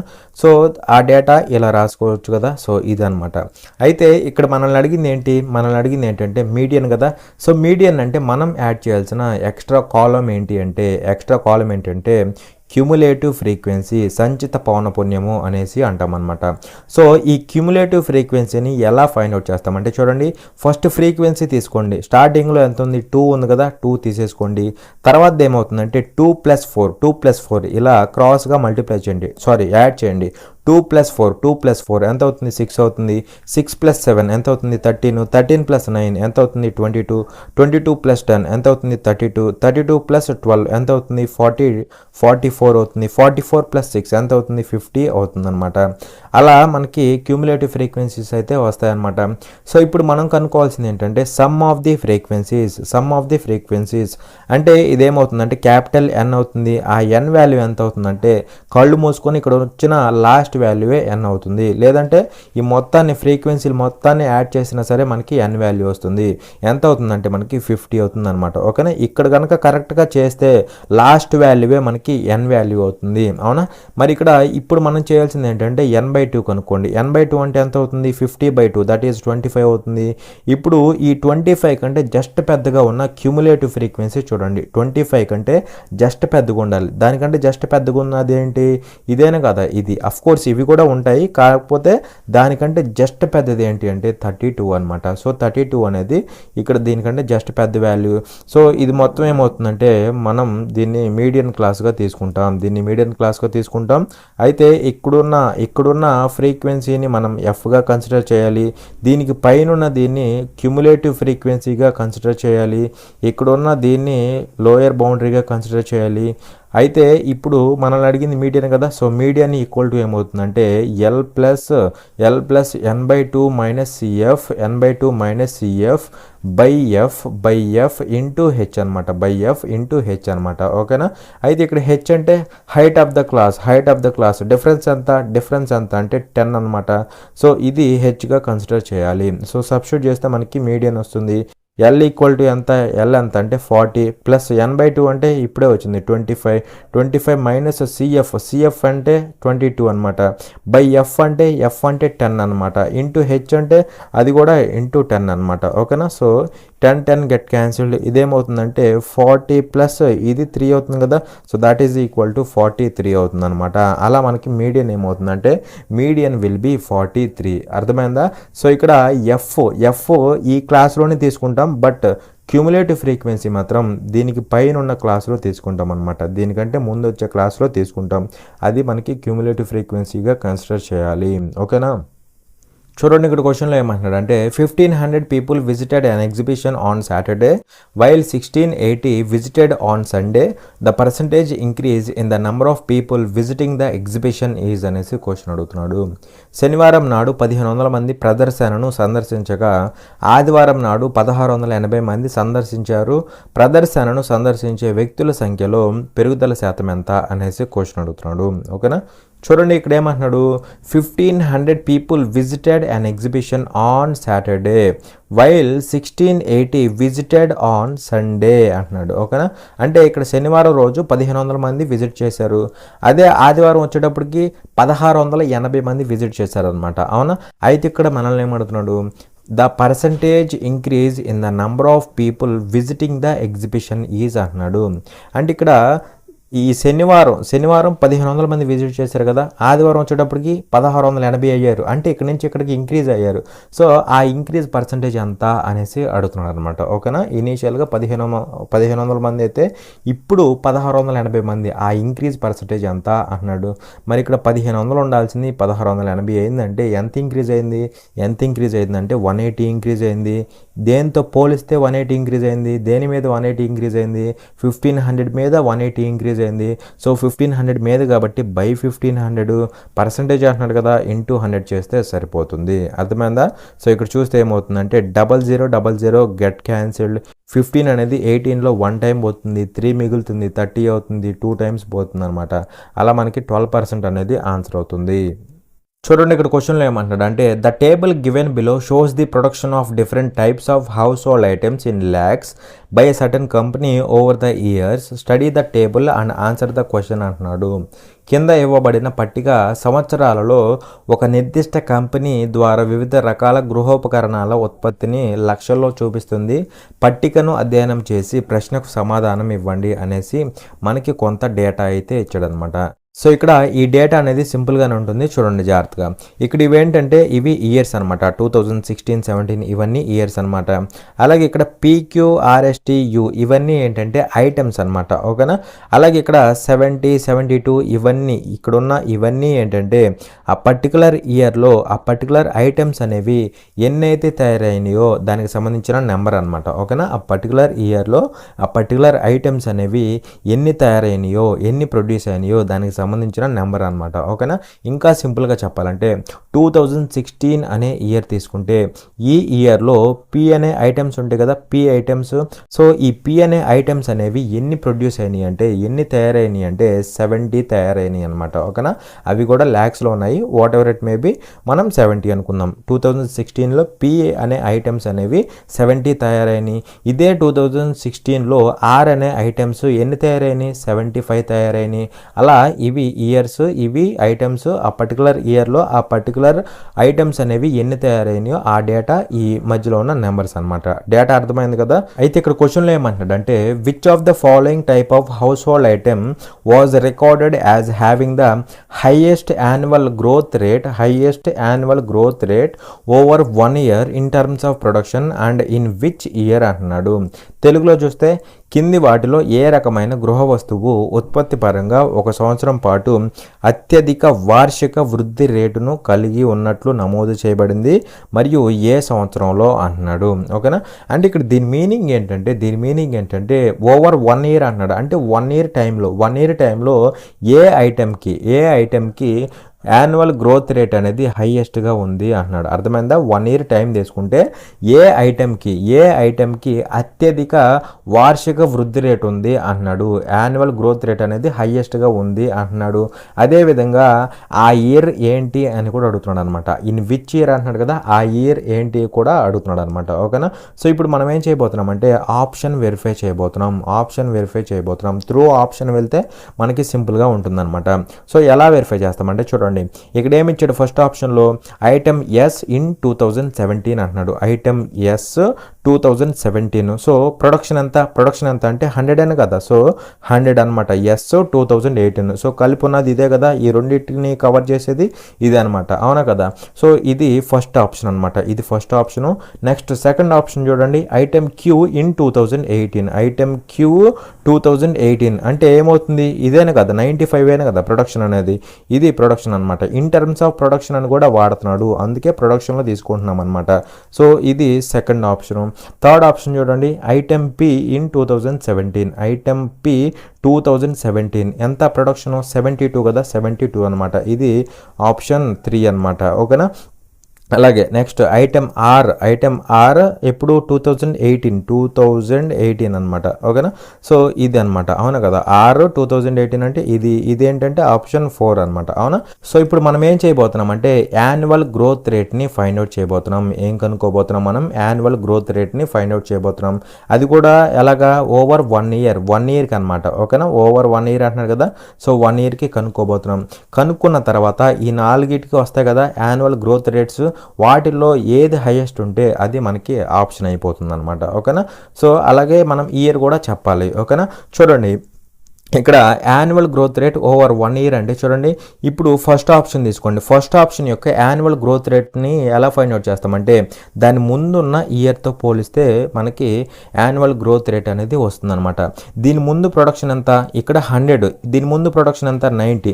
మరి ఈ 90తో పోలిస్తే ఇప్పుడు గ్రోత్ ఎంత గ్రోత్ వచ్చిందంటే 10 గ్రోత్ వచ్చింది, అవునా కదా. సో ఫస్ట్ది అనమాట. సో 90తో పోలిస్తే దాని ముందు ఇయర్తో పోలిస్తే 90తో పోలిస్తే ఇప్పుడు ఎంత గ్రోత్ వచ్చింది, ఉంది, 10 గ్రోత్ వచ్చింది. దేంతో పోలిస్తే 90తో పోలిస్తే, కాబట్టి బై 90 పర్సంటేజ్ కదా, ఇంటూ చేయాలన్నమాట, ఇంటూ 100 చేయాలి. అలా ఇక్కడ యాన్యువల్ గ్రోత్ రేట్ ఎంత అంటే ఫస్ట్ ఆప్షన్కి చూడండి 0 గెట్ క్యాన్సిల్డ్. 1/9 ఇంటూ 100 అంటే ఎంత పర్సంటేజ్ అవుతుంది, 11.11% అవుతుంది. మీ అందరూ తెలిసిందే అవునా. అలా ఫస్ట్ దానికి 11.11% అనమాట. అలా మిగిలినన్నిటికీ కనుక్కొని దాటిలో ఏది హైయెస్ట్ అయితే అదే మనకి ఆప్షన్ అయిపోతుంది. నెక్స్ట్ చూడండి సెకండ్ ఆప్షన్ చూడండి. సెకండ్ ఆప్షన్ చూస్తే సెకండ్ ఇదే కదా, సో దీని ముందు ఇయర్ తీసుకోవాలి. దీని ముందు ఇయర్తో కంపేర్ చేస్తే ఇక్కడ 90 ఉంది, 90తో పోలిస్తే ఇప్పుడు 95 అయింది కదా, అంటే ఇక్కడ నుంచి ఇక్కడికి గ్రోత్ ఎంత వచ్చింది, 5 గ్రోత్ వచ్చింది అవును కదా, 5 గ్రోత్ వచ్చింది. దేంతో పోలిస్తే దాని ముందు ఇయర్తో పోలిస్తే అంటే 90తో పోలిస్తే, అర్థమైందా, పర్సంటేజ్ అంటున్నాడు కదా, ఇంటూ 100 చేస్తే సరిపోతుంది. మరి ఇక్కడ చూస్తే 0 గెట్ క్యాన్సిల్, ఇదేమవుతుంది 50/9 అవుతుందా, 50/9 అవుతుంది. అంటే 9 ఇక్కడ 50లో 5 సార్లు పోతుందా, 9 5లో 45 అవునా కదా, ఇంకా 5 మిగులుతుంది. పాయింట్ పెడితే 50 అవుతుంది. 50 అంటే మళ్ళీ 5 టైమ్స్ పోతుంది అనమాట. అలా 5.5 అలా 5.5 సంథింగ్ అలా ఉంటుందన్నమాట. సో ఎనీవే 5.5% అనమాట. ఓకేనా. నెక్స్ట్ థర్డ్ చూడండి. థర్డ్ చూస్తే మనకి ఇక్కడ ఏమవుతుంది, థర్డ్ అంటే ఇది ఇదేనా కదా, సో దీని ముందు ఇయర్తో కంపేర్ చేయండి. 70 కదా, 70. మరి ఆ 70తో పోలిస్తే ఇప్పుడు ఎంత ఇంక్రీజ్ అయింది, 72 అయింది కదా, అంటే 2 గ్రోత్ వచ్చింది అనమాట. 2 గ్రోత్ వచ్చింది. దేంతో పోలిస్తే 70తో పోలిస్తే, కాబట్టి బై 70 పర్సంటేజ్ కదా, ఇంటూ 100 చేయాలి. So 0 get cancelled. పైన ఇది ఏమవుతుంది 20/7 అవుతుంది అవునా కదా. సో 7 అనేది 7 రోజులు 14 అవునా కదా, ఇంకా 6 మిగులుతుంది. 6 అంటే పాయింట్ పెడితే 60, 7 8 56 అవునా కదా. సో అలా 2.8 సంథింగ్ అలా ఉంటుందన్నమాట. సో 2.8% అనేది తీసుకోవచ్చు. సో గ్రోత్ రేట్ ఇది. నెక్స్ట్ ఫోర్త్ ఆప్షన్ చూడండి. ఫోర్త్ ఆప్షన్ తీసుకుంటే ఏది ఇదేనా కదా, సో ఇది. మరి ప్రీవియస్ ఇయర్తో కంపేర్ చేయండి. 70 కదా, మరి ఈ 70తో పోలిస్తే ప్రజెంట్ ఎంత ఇంక్రీజ్ అయింది, ఎంత గ్రోత్ వచ్చింది, 70తో పోలిస్తే 10 గ్రోత్ వచ్చింది. 10 గ్రోత్ వచ్చింది. దేంతో పోల్చినప్పుడు 70తో పోల్చినప్పుడు పర్సంటేజ్ కదా, ఇంటూ 100 చేయాలి. So 0 get cancelled. 1/7 అంటే మీ అందరు తెలిసిందే ఎంత, 1/7 అంటే 14.2857% అని మీ అందరూ తెలుసు అవునా.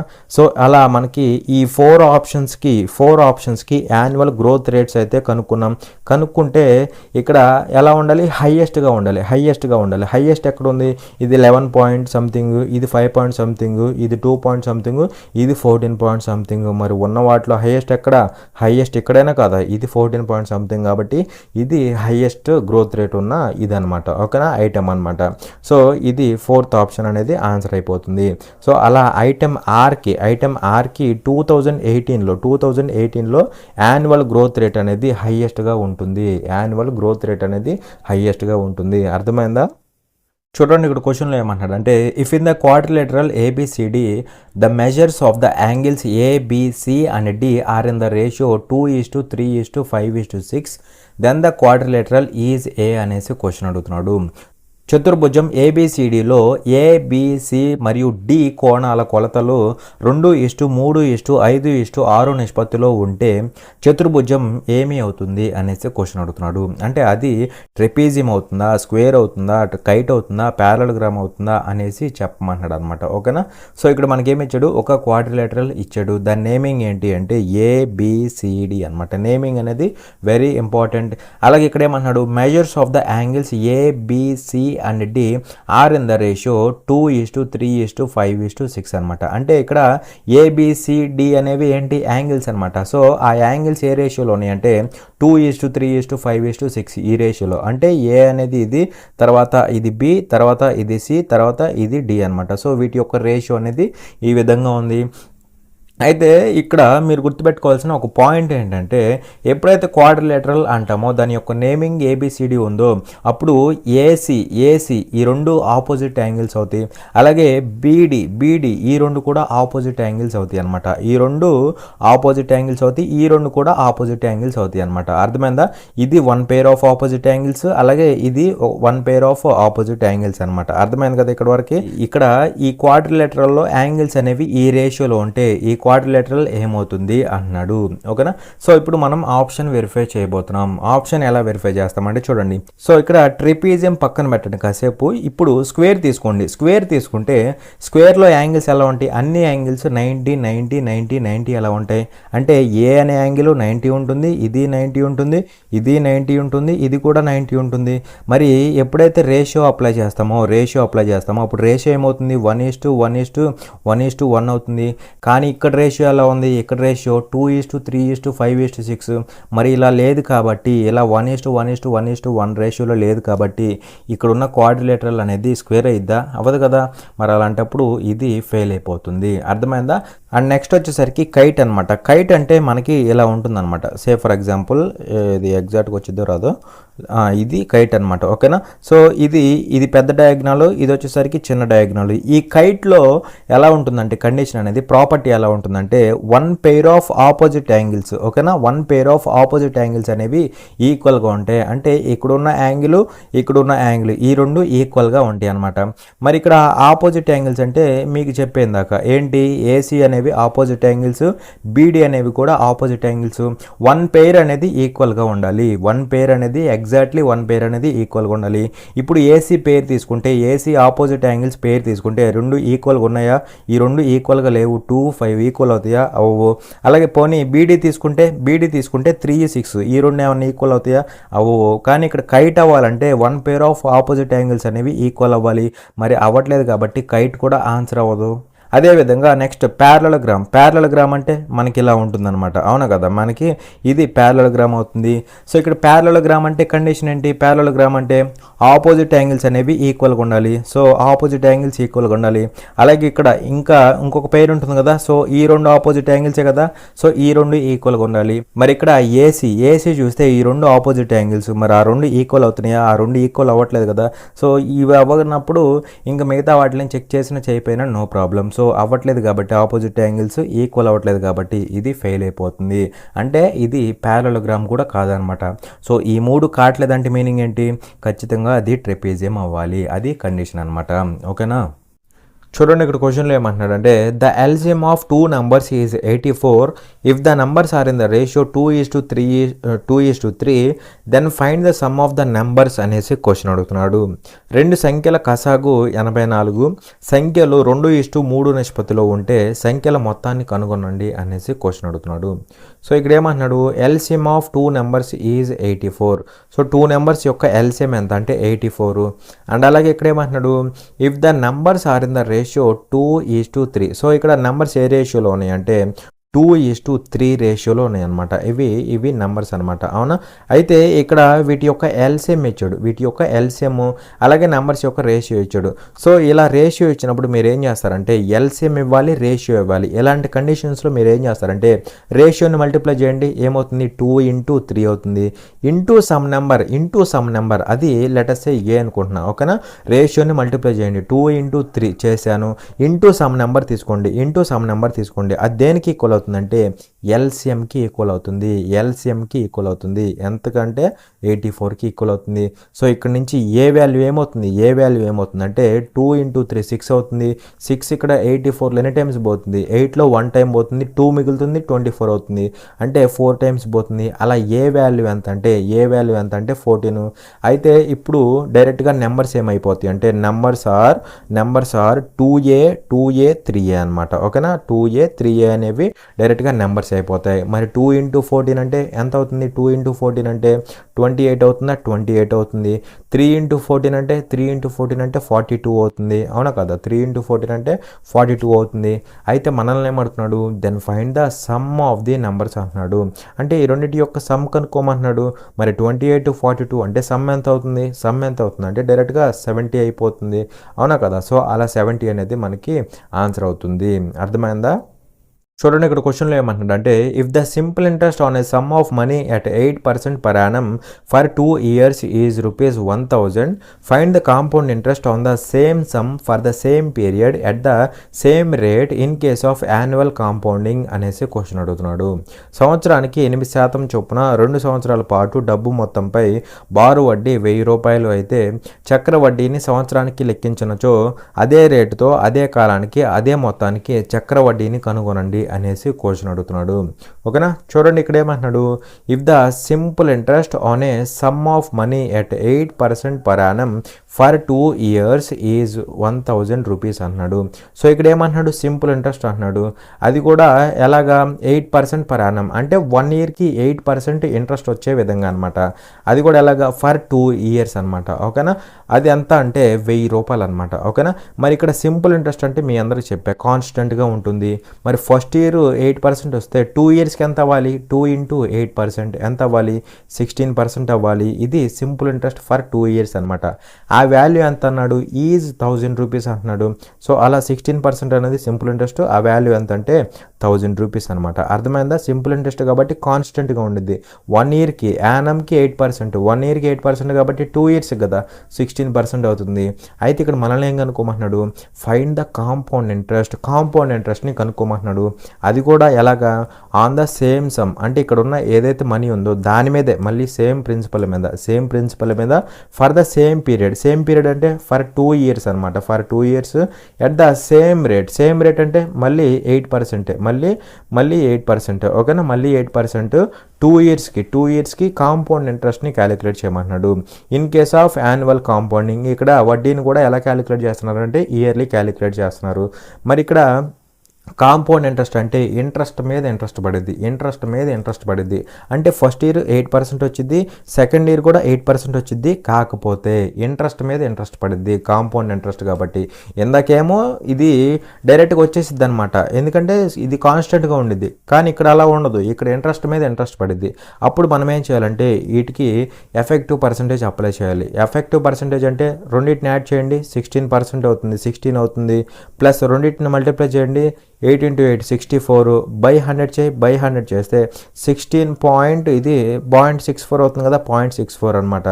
అలా ఈ 2 yearsకి కాంపౌండ్ ఇంట్రెస్ట్ ఎంత అంటే 16.64% అవుతుంది. ఈ కాంపౌండ్ ఇంట్రెస్ట్ ఎంతో కనుక్కోమంటున్నాడు అనమాట. అర్థమైందా, ఇక్కడ సింపుల్ ఇంట్రెస్ట్ కాబట్టి కాన్స్టెంట్గా ఉండేది, బట్ కాంపౌండ్ ఇంట్రెస్ట్ అంటే ఇంట్రెస్ట్ మీద ఇంట్రెస్ట్ పడింది కాబట్టి 2 years కాబట్టి ఈ రెండింటికి ఎఫెక్టివ్ పర్సంటేజ్ అప్లై చేసాం. ఫస్ట్ ఇయర్లో 8%, సెకండ్ ఇయర్ కూడా 8%, కానీ ఎఫెక్టివ్ పర్సంటేజ్ అప్లై చేస్తే ఇంట్రెస్ట్ మీద ఇంట్రెస్ట్ అనేది వస్తుందన్నమాట. ఎంత అవుతుందంటే అది 16.64% అవుతుంది. ఈ వాల్యూ ఎంతో కనుక్కుంటే సరిపోతుంది. ఓకేనా, సో ఇక్కడ చూస్తే ఏమవుతుందంటే పర్సంటేజ్ గెట్ క్యాన్సిల్డ్.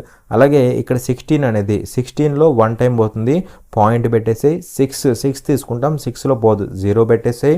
64 తీసుకోవచ్చు, 4 కూడా తీసుకోవచ్చు. 64 తీసుకుంటే 64లో ఎన్ని టైమ్స్ పోతుంది, 4 టైమ్స్ పోతుంది. క్రాస్ మల్టిప్లై చేస్తే 1000 into 1.04 అంటే ఎంత అవుతుంది, 1040 అవుతుంది. ఎంత అవుతుంది, 1040 రూపీస్ అనేది కాంపౌండ్ ఇంట్రెస్ట్ ఫర్ 2 years అనమాట. సో 1040 అంటే ఆప్షన్ 3 అనమాట. అర్థమైందా, చూడండి ఇక్కడ క్వశ్చన్లో ఏమంటాడు అంటే సింప్లిఫై అనేసి మనకు ఒక వాల్యూ ఇచ్చాడు, దాన్ని సరళీకరించండి అనేసి అడుగుతున్నాడు అనమాట. ఓకేనా, సో సింపుల్ క్వశ్చన్ చూడండి, ఇక్కడ మనకి ఇచ్చింది ఇది కదా ఈ వాల్యూ అనమాట. అయితే ఇక్కడ నేనేం చేస్తానంటే చూడండి, ఇక్కడ ఫస్ట్ ఏం ఇచ్చాడు, x² plus m² minus z² మొత్తానికి హోల్ స్క్వేర్ మైనస్ ఇక్కడ నేనేం చేస్తానంటే జాగ్రత్తగా అబ్జర్వ్ చేయండి, ఇక్కడ x² ఉంది, ఇక్కడ సెకండ్ కేసులో x².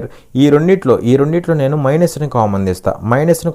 ఏమవుతుంది, మైనస్ m² మైనస్ z² అవుతుంది, m² మైనస్ z² అవుతుంది, మొత్తానికి హోల్ స్క్వేర్ ఉంది. అర్థమైందా, x² మైనస్ కామన్ తీస్తే minus of m² minus z² మొత్తానికి హోల్ స్క్వేర్ అనమాట.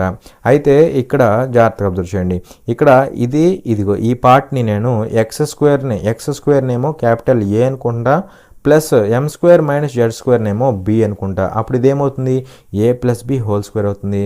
మైనస్ x²ని ఏ అనుకున్నా, మైనస్ m² మైనస్ z²ని m² మైనస్ z²ని బి అనుకుంటున్నాం. అప్పుడు a minus B whole square అవుతుంది. x² ఈక్వల్ టు ఏ, అదేవిధంగా m² minus z² equal to B అనమాట. సో సబ్స్టిట్యూట్ చేసుకోండి, a plus B whole square minus of a minus B whole square అనమాట. So ఇదేమవుతుంది, split చేస్తే a² plus b² plus 2ab అవుతుందా, plus 2ab minus of ఇదేమవుతుంది, a² plus b² minus 2ab అవుతుందా, minus 2ab అవుతుంది. So ఇక్కడ cancel చేస్తే ఏమవుతుంది, a² plus b² minus of a² plus b² రెండు క్యాన్సిల్ అయిపోతాయి. 2ab minus of minus 2ab అంటే ప్లస్ 2ab అవుతుంది. 2ab ప్లస్ 2ab అంటే 4ab అవుతుంది. అలా ఫైనల్గా వాల్యూ ఏమవుతుందంటే దీని వాల్యూ ఏమవుతుందంటే 4ab అవుతుంది. సో 4 ఇంటూ ఏ అంటే ఎందాక తీసుకున్నాం ఏంటి x², 4x² ఇంటూ బి అంటే m² minus z², m² minus z² అనమాట. So 4 into x², 4 into x² లేదు, 4 ఇంటూ x² ఉంది, 2x² ఉంది రాంగ్ ఆప్షన్, 4x ఉంది రాంగ్ ఆప్షన్. అలా 4x² into m² minus z² అనేది మనకి ఆన్సర్ అవుతుంది. ఓకేనా. సో ఈ పార్ట్ని నేను బి అనుకున్నా, x²ని ఏ అనుకున్నా. అర్థమైందా? సో సబ్స్టిట్యూట్ చేస్తే మనకి ఏమొచ్చింది 4 into x² into m² minus z² వచ్చిందనమాట. ఓకేనా. చూడండి ఇక్కడ క్వశ్చన్లో ఏమంటాడు అంటే there are 2 consecutive natural numbers such that the sum of their squares is 313. Find the smaller of these 2 numbers అనేసి క్వశ్చన్ అడుగుతున్నాడు. 2 వరుస సహజ సంఖ్యలు ఉన్నాయి, వాటి వర్గాలు మొత్తం 313. ఈ 2 సంఖ్యలలో చిన్నదాన్ని కనుగొనండి అనేసి క్వశ్చన్ అడుగుతున్నాడు. సో ఇక్కడ ఏమంటున్నాడు there are 2 consecutive natural numbers అంటున్నాడు. సో 2 కాన్సెక్యూటివ్ న్యాచురల్ నెంబర్స్ ఉన్నాయన్నమాట. సపోజ్ ఒక నెంబర్ని లెటర్సే ఎక్స్ లేదా ఎక్స్ కానీ ఎన్ కానీ ఏదైనా అనుకోండి, వాటర్ ఇట్ మేబీ. అలా ఒక నెంబర్ ఎన్ అనుకుంటే దాని తర్వాత వచ్చే కాన్సెక్యూటివ్ న్యాచురల్ నెంబర్ ఏమవుతుంది n+1 అవుతుంది. ఏమవుతుంది n+1 అవుతుంది అనమాట. ఎందుకంటే డిఫరెన్స్ 1 1 1 అలా ఉంటూ వెళ్తాయి అనమాట. అవునా కదా కాన్సెక్యూటివ్ నెంబర్స్. సో ఇది n అనుకుంటే నెక్స్ట్ది n+1 అవుతుంది. అయితే ఇక్కడ ఏమంటున్నాడు such that the sum of their squares is 313 అంటున్నాడు. సో వీటి యొక్క స్క్వేర్స్ యొక్క సమ్, దీని యొక్క స్క్వేర్ అంటే n², దీని యొక్క స్క్వేర్ అంటే n+1 హోల్ స్క్వేర్. సో ఈ రెండింటి యొక్క స్క్వేర్స్ యొక్క సమ్ వాల్యూ ఎంత అంటే స్క్వేర్స్ యొక్క సమ్ ఎంత అంటే 313 అనమాట. అవునా. అయితే ఇక్కడ మనల్ని ఏమడుతున్నాడు find the smaller of these 2 numbers. So ఈ రెండిట్లో n+1 ఈ 2 నెంబర్స్ కదా. సో ఈ రెండిట్లో స్మాలర్ నెంబర్ ఏమవుతుంది అంటున్నాడు. మరి ఈ రెండిట్లో స్మాలర్ నెంబర్ అంటే n అయినా కదా. సో ఈ n వాల్యూ ఏమవుతుంది అనేసి కనుక్కోమంటున్నాడు. ఓకేనా. సో ఇక్కడ n వాల్యూ కనుక్కోమంటున్నాడు కాబట్టి ఇవన్నీ ఏమవుతాయి n యొక్క వాల్యూస్ అవుతాయి. సో ఇప్పుడు మనం ఏం చేయబోతున్నాం అంటే ఈ ఆప్షన్ని వెరిఫై చేయబోతున్నాం. అంతేకాని ఇక్కడ నార్మల్గా ప్రొసీజర్ అయితే చేయమన్నమాట. ఓకేనా. సో ఇప్పుడు సపోజ్ n అనేది 12 పెట్టాను అనుకోండి. 12 పెడితే 12² ఏమవుతుంది 144 అవుతుంది. ప్లస్ ఇది 13² అవుతుంది. 13² అంటే 169 అవుతుంది. ఇది 313కి ఈక్వల్ అయితే ఇదే సెట్ అయిపోతుంది అనమాట. అవునా. సో ఇప్పుడు చూస్తే మనకి ఇది ఎంత అవుతుంది 313 అవుతుంది కదా. 313 అవుతుంది కాబట్టి n అనేది 12 సెట్ అయిపోతుంది అనమాట. ఇంక ఈ 3 ఫెయిల్ అయిపోతాయి. అవునా కదా. సో అలా మనకి n వాల్యూ ఎంత అంటే 12 అనమాట. చూడండి ఇక్కడ క్వశ్చన్లో ఏమంటాడు అంటే the third proportional of 10 and 50 is అనేసి క్వశ్చన్ అడుగుతున్నాడు. 10 మరియు 50 యొక్క 3వ అనుపాతం ఎంత అనేసి క్వశ్చన్ అడుగుతున్నాడు. సో ఇక్కడ మనకి ఈ 2 నెంబర్స్ యొక్క థర్డ్ ప్రపోర్షనల్ ఎంత అనేసి అడుగుతున్నాడు. సో ఇది ఏ ఇది బి అనుకుంటే థర్డ్ ప్రపోర్షనల్ అంటే ఏమవుతుంది థర్డ్ ప్రపోర్షనల్ అంటే b²/a అవుతుంది. థర్డ్ ప్రపోర్షనల్ అంటే b²/a అవుతుంది. b² అంటే 50² అంటే 50 × 50 అనుకో, 50 × 50 అనుకో, డివైడెడ్ బై ఏ అంటే 10 అనమాట. 10 అవునా. So 0 0 get cancelled. 5 × 50 అంటే ఎంత అవుతుంది 250 అవుతుంది అనమాట. అలా థర్డ్ ప్రపోర్షనల్ ఏమవుతుంది 250 అవుతుంది. That is option 3. చూడండి ఇక్కడ క్వశ్చన్లో ఏమంటున్నాడు అంటే find the area of the parallelogram whose base is 15 centimetres and the corresponding height is 6 centimetres అనేసి క్వశ్చన్ అడుగుతున్నాడు. 15 సెంటీమీటర్ల ఆధారం మరియు సంబంధిత ఎత్తు 6 సెంటీమీటర్లు ఉన్న సమాంతర చతుర్భుజం యొక్క వైశాల్యాన్ని కనుగొనండి అనేసి క్వశ్చన్ అడుగుతున్నాడు. ఓకేనా. ఇక్కడ మనల్ని ఏమడుగుతున్నాడు find the area of the parallelogram అంటున్నాడు. సో ప్యారలలోగ్రామ్ యొక్క ఏరియాని ఫైండ్ అవుట్ చేయమంటున్నాడు. So area of the parallelogram అంటే ఏరియా ఏమవుతుంది బేస్ ఇంటూ హైట్ అవుతుంది. ఏరియా ఆఫ్ ద ప్యారలలోగ్రామ్ అంటే బేస్ ఇంటూ హైట్ అవుతుంది అనమాట.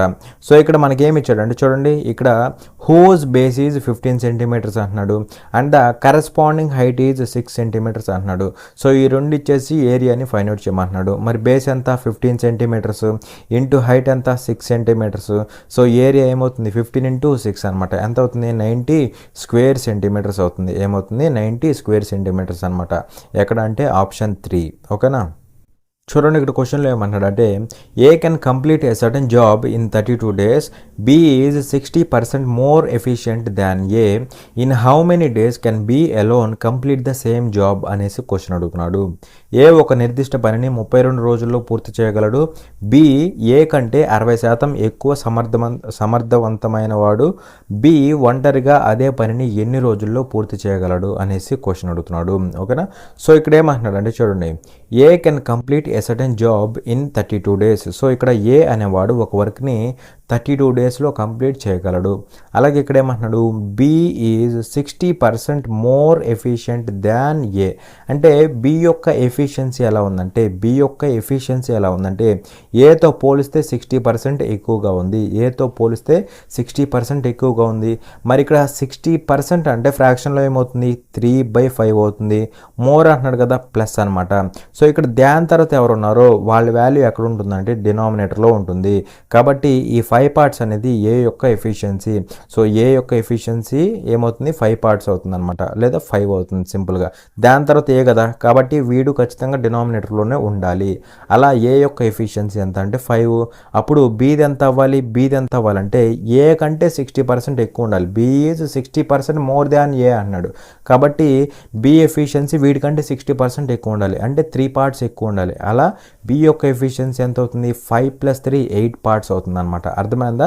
అండ్ అలాగే ఇక్కడ ఏమంటున్నాడు, ఏ can complete a certain job in 32 days. అంటే ఇక్కడ ఏ అనేవాడు వర్క్ని 32 daysలో కంప్లీట్ చేయగలడు. ఎన్ని డేస్లో కంప్లీట్ చేయగలడు, 32 days.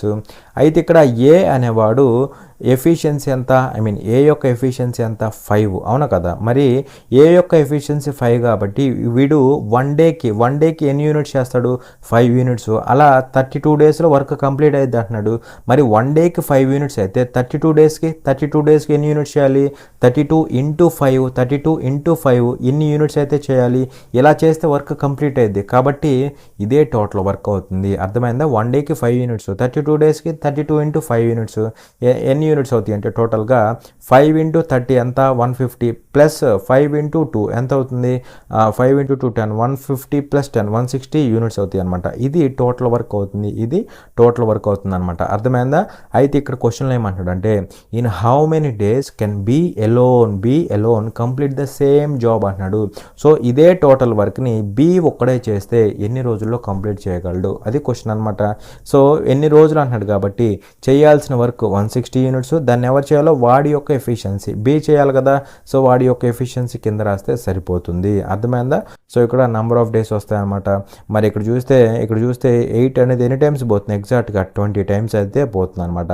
అలా 20 days అనేది మనకి ఆన్సర్ అవుతుంది. 20 days అనేది ఆన్సర్ అవుతుంది. ఓకేనా.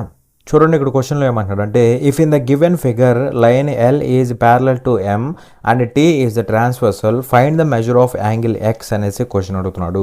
ఇచ్చిన చిత్రంలో ఎల్ రేఖ ఎంకి సమాంతరంగా ఉంటే మరియు టీ అనేది విలోమ రేఖ అయితే ఎక్స్ కోణం యొక్క కొలతను కనుగొనండి అనేసి క్వశ్చన్ అడుగుతున్నాడు. ఓకేనా. సో ఇక్కడ ఏమంటున్నాడు, line L is parallel to M అంటున్నాడు. సో ఎల్ ఎం ఈ రెండు ఎలా ఉన్నాయంట, ప్యారలల్గా ఉన్నాయంట.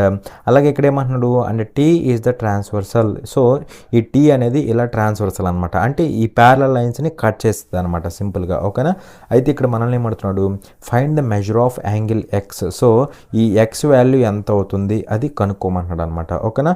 మరి ఇక్కడ చెప్పండి, ఇక్కడ ఇది ట్రాన్స్వర్సల్ అన్నప్పుడు ఇది 120 అయితే అప్పుడు ఇది కూడా ఏమవుతుంది, ఇది కూడా ఖచ్చితంగా 120 degrees అవ్వాలి. ఎందుకంటే ఈ రెండు ఏంటి, ఆల్టర్నేట్ ఇంటీరియర్ యాంగిల్స్ అనమాట. అవునా కదా. సో ఈ రెండు 120 అవుతాయి. అవునా. ఇది 120, ఇది 120 ఇక్కడికి వచ్చింది కదా.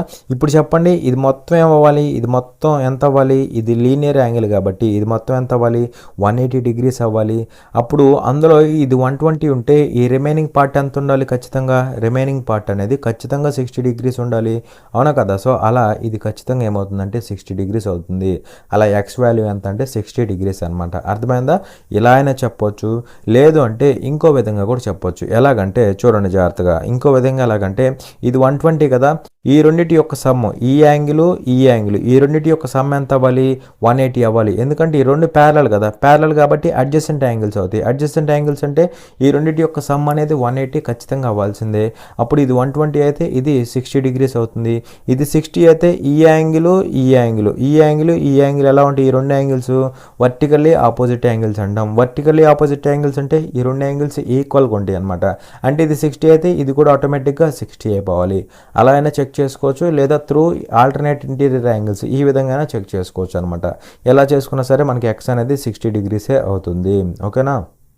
చూడండి ఇక్కడ క్వశ్చన్లో ఏమంటాడు అంటే find the greatest 5 digit number that can be divisible by 18, 15 and 21 అనేసి క్వశ్చన్ అడుగుతున్నాడు. 18, 15 మరియు 21 ద్వారా భాగించబడే అతిపెద్ద 5 అంకెల సంఖ్యను కనుగొనండి అనేసి క్వశ్చన్ అడుగుతున్నాడు. సో ఇక్కడ మనం ఏం ఫైండ్ అవుట్ చేయాలి, గ్రేటెస్ట్ 5 డిజిట్ నెంబర్ని ఫైండ్ అవుట్ చేయాలి. అతిపెద్ద 5 అంకెల సంఖ్యను మనం కనుగొనాలి.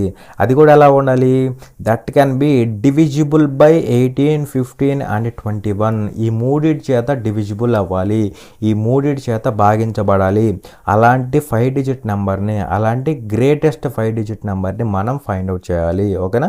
అలాంటి గ్రేటెస్ట్ 5 డిజిట్ నెంబర్ని మనం ఫైండ్ అవుట్ చేయాలి. అయితే నార్మల్గా చేస్తా కూర్చుంటే ఇది అవ్వదన్నమాట.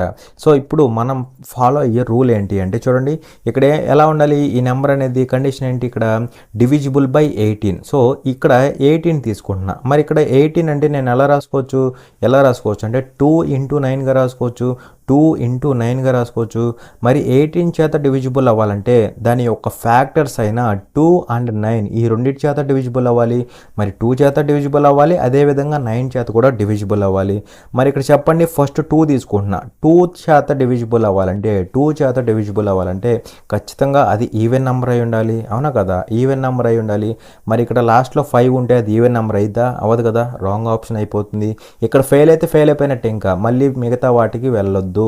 2 చేత అవ్వట్లేదు కాబట్టి ఇంక ఇది ఆప్షన్ కాదనమాట. ఓకేనా. సో ఇది చూస్తే మనకి ఇక్కడ ఇదేమవుతుంది, ఇక్కడ ఇది కూడా 5తో ఎండ్ అవుతుంది కాబట్టి ఇది కూడా రాంగ్ ఆప్షన్ అయిపోతుంది. 2 చేత డివిజిబుల్ అవ్వదు. సో ఇదైనా ఆన్సర్ అవ్వాలి, ఇదైనా ఆన్సర్ అవ్వాలి. ఇప్పుడు 9 డివిజిబిలిటీ రూల్ చెక్ చేద్దాం. ఇక్కడ 9 చేత డివిజిబుల్ అవ్వాలంటే సింపుల్గా ఏమని చెప్తాం మనం, డిజిటల్ సమ్ అనేది 9 కానీ 0 కానీ రావాలని చెప్తాం. మరి ఇక్కడ 9 చేత డివిజిబుల్ అవ్వాలంటే డిజిటల్ సమ్ అనేది 0 or 9 రావాలి, 0 or 9 రావాలి. 0 అన్న 9 అన్న ఒకటే అనమాట.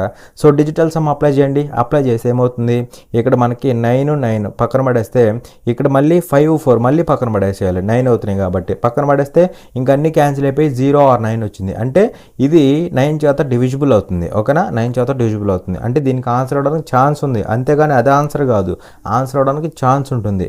నెక్స్ట్ ఇక్కడ చూస్తే 9 పక్కన పడేసి 5, 4 మళ్ళీ 9 అవుతుంది, పక్కన పడేసి అలా అన్ని క్యాన్సిల్ అయిపోయి మనకేమొచ్చింది, 0 or 9 వచ్చింది. అంటే ఇది కూడా 9 చేత డివిజిబుల్ అవుతుంది.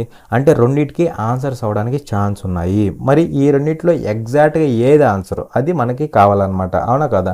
సో దానికోసం మనం ఏం చేస్తామంటే ఇక్కడ మళ్ళీ 15 తీసుకున్నాం అనుకోండి. 15 అంటే 3 into 5 రాసుకోవచ్చు, 3 into 5 రాసుకోవచ్చు. 5 చేత డివిజిబుల్ అవ్వాలంటే లాస్ట్లో 0 కానీ 5 కానీ ఉండాలి. మరి రెండిట్లో 0 ఉంది కాబట్టి అవన్నీ కూడా 5 చేత డివిజిబుల్ అవుతాయి.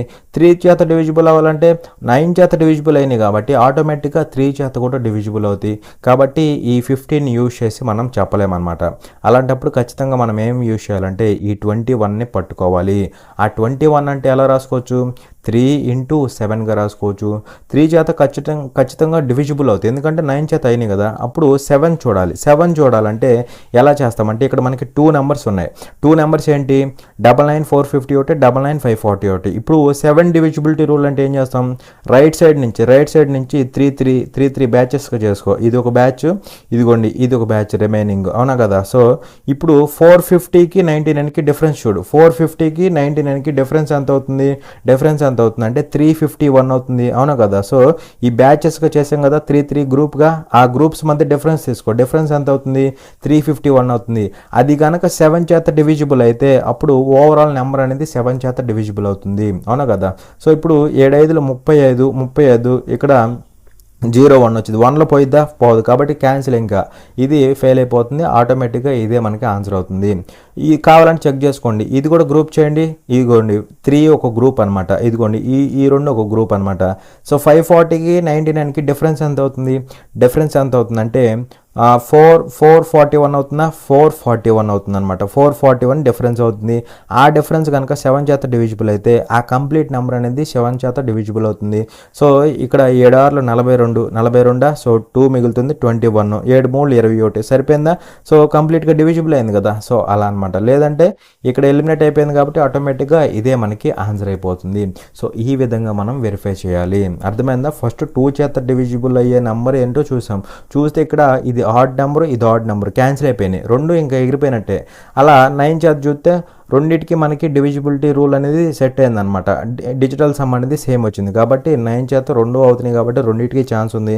15 చేత చేయలేము, ఎందుకంటే ఇక్కడ 5 3 ఈ రెండింటికి చూస్తే 2 సెట్ అవుతున్నాయి, 2 సెట్ అవుతున్నాయి కాబట్టి ఇది చేయలేము అనమాట. నెక్స్ట్ 21 చేత చూస్తే 3 and 7, 3 ఆటోమేటిక్ అయిపోతుంది, 9 అవుతుంది కాబట్టి 7 చేత చూస్తే ఇక్కడ మనకి 4th ఆప్షన్ అనేది సెట్ అయింది, 3rd ఆప్షన్ కూడా ఫెయిల్ అయిపోయింది. ఓకేనా. చూడండి ఇక్కడ క్వశ్చన్లో ఏమంటున్నాడంటే which of the following options is the closest approximate value which will come in place of question mark in the following equation అనేసి అడుగుతున్నాడు. కింది సమీకరణంలో ప్రశ్న గుర్తు స్థానంలో వచ్చే దగ్గర ఉజ్జాయింపు విలువ కింది ఎంపికలలో ఏది అనేసి అడుగుతున్నాడు అనమాట. సో ఇక్కడ మనకి ఒక వాల్యూ ఇచ్చాడు, దీనికి సంబంధించిన అప్రాక్సిమేట్ వాల్యూ ఏమవుతుంది అనేసి క్వశ్చన్ అడుగుతున్నాడు. ఇక్కడ వాడే క్లియర్గా మెన్షన్ చేస్తున్నాడు, ఏమని, అప్రాక్సిమేట్ వాల్యూ ఫైండ్ అవుట్ చేయండి అంటున్నాడు. సో అప్రాక్సిమేట్ వాల్యూ కాబట్టి మనం కూడా అదే తీసుకోవాలి. సో 68.27 అంటే అప్రాక్సిమేట్గా 68 అనుకుందాం, మైనస్ 140.1 అంటే 140 అనుకుందాం, ప్లస్ 9.99 అంటే 10 అనుకుందాం, ఇంటూ 7.7 అంటే 8 అనుకుందాం. ఇది approximate value. So that is equal to ఏమవుతుంది, ముందు ఏం చేయాలి, ముందు మల్టిప్లికేషన్ చేయాలి. ఎంత అవుతుంది ఈ వాల్యూ అనేది, 80 అవుతుందా, 80 అనమాట. మరి ఇక్కడ చూస్తే -140 + 80, ఇంక ఇది ఎవరు ఏం చేస్తారు కదా, -140 + 80 ఎంత అవుతుంది, -60 అవుతుంది. సో 68 -60 అవుతుందా, 68 - 60 అవుతుంది, దట్ ఈజ్ ఈక్వల్ టు 8 అవుతుంది. సో అలా 8 అనేది అప్రాక్సిమేట్ వాల్యూ అవుతుంది అనమాట.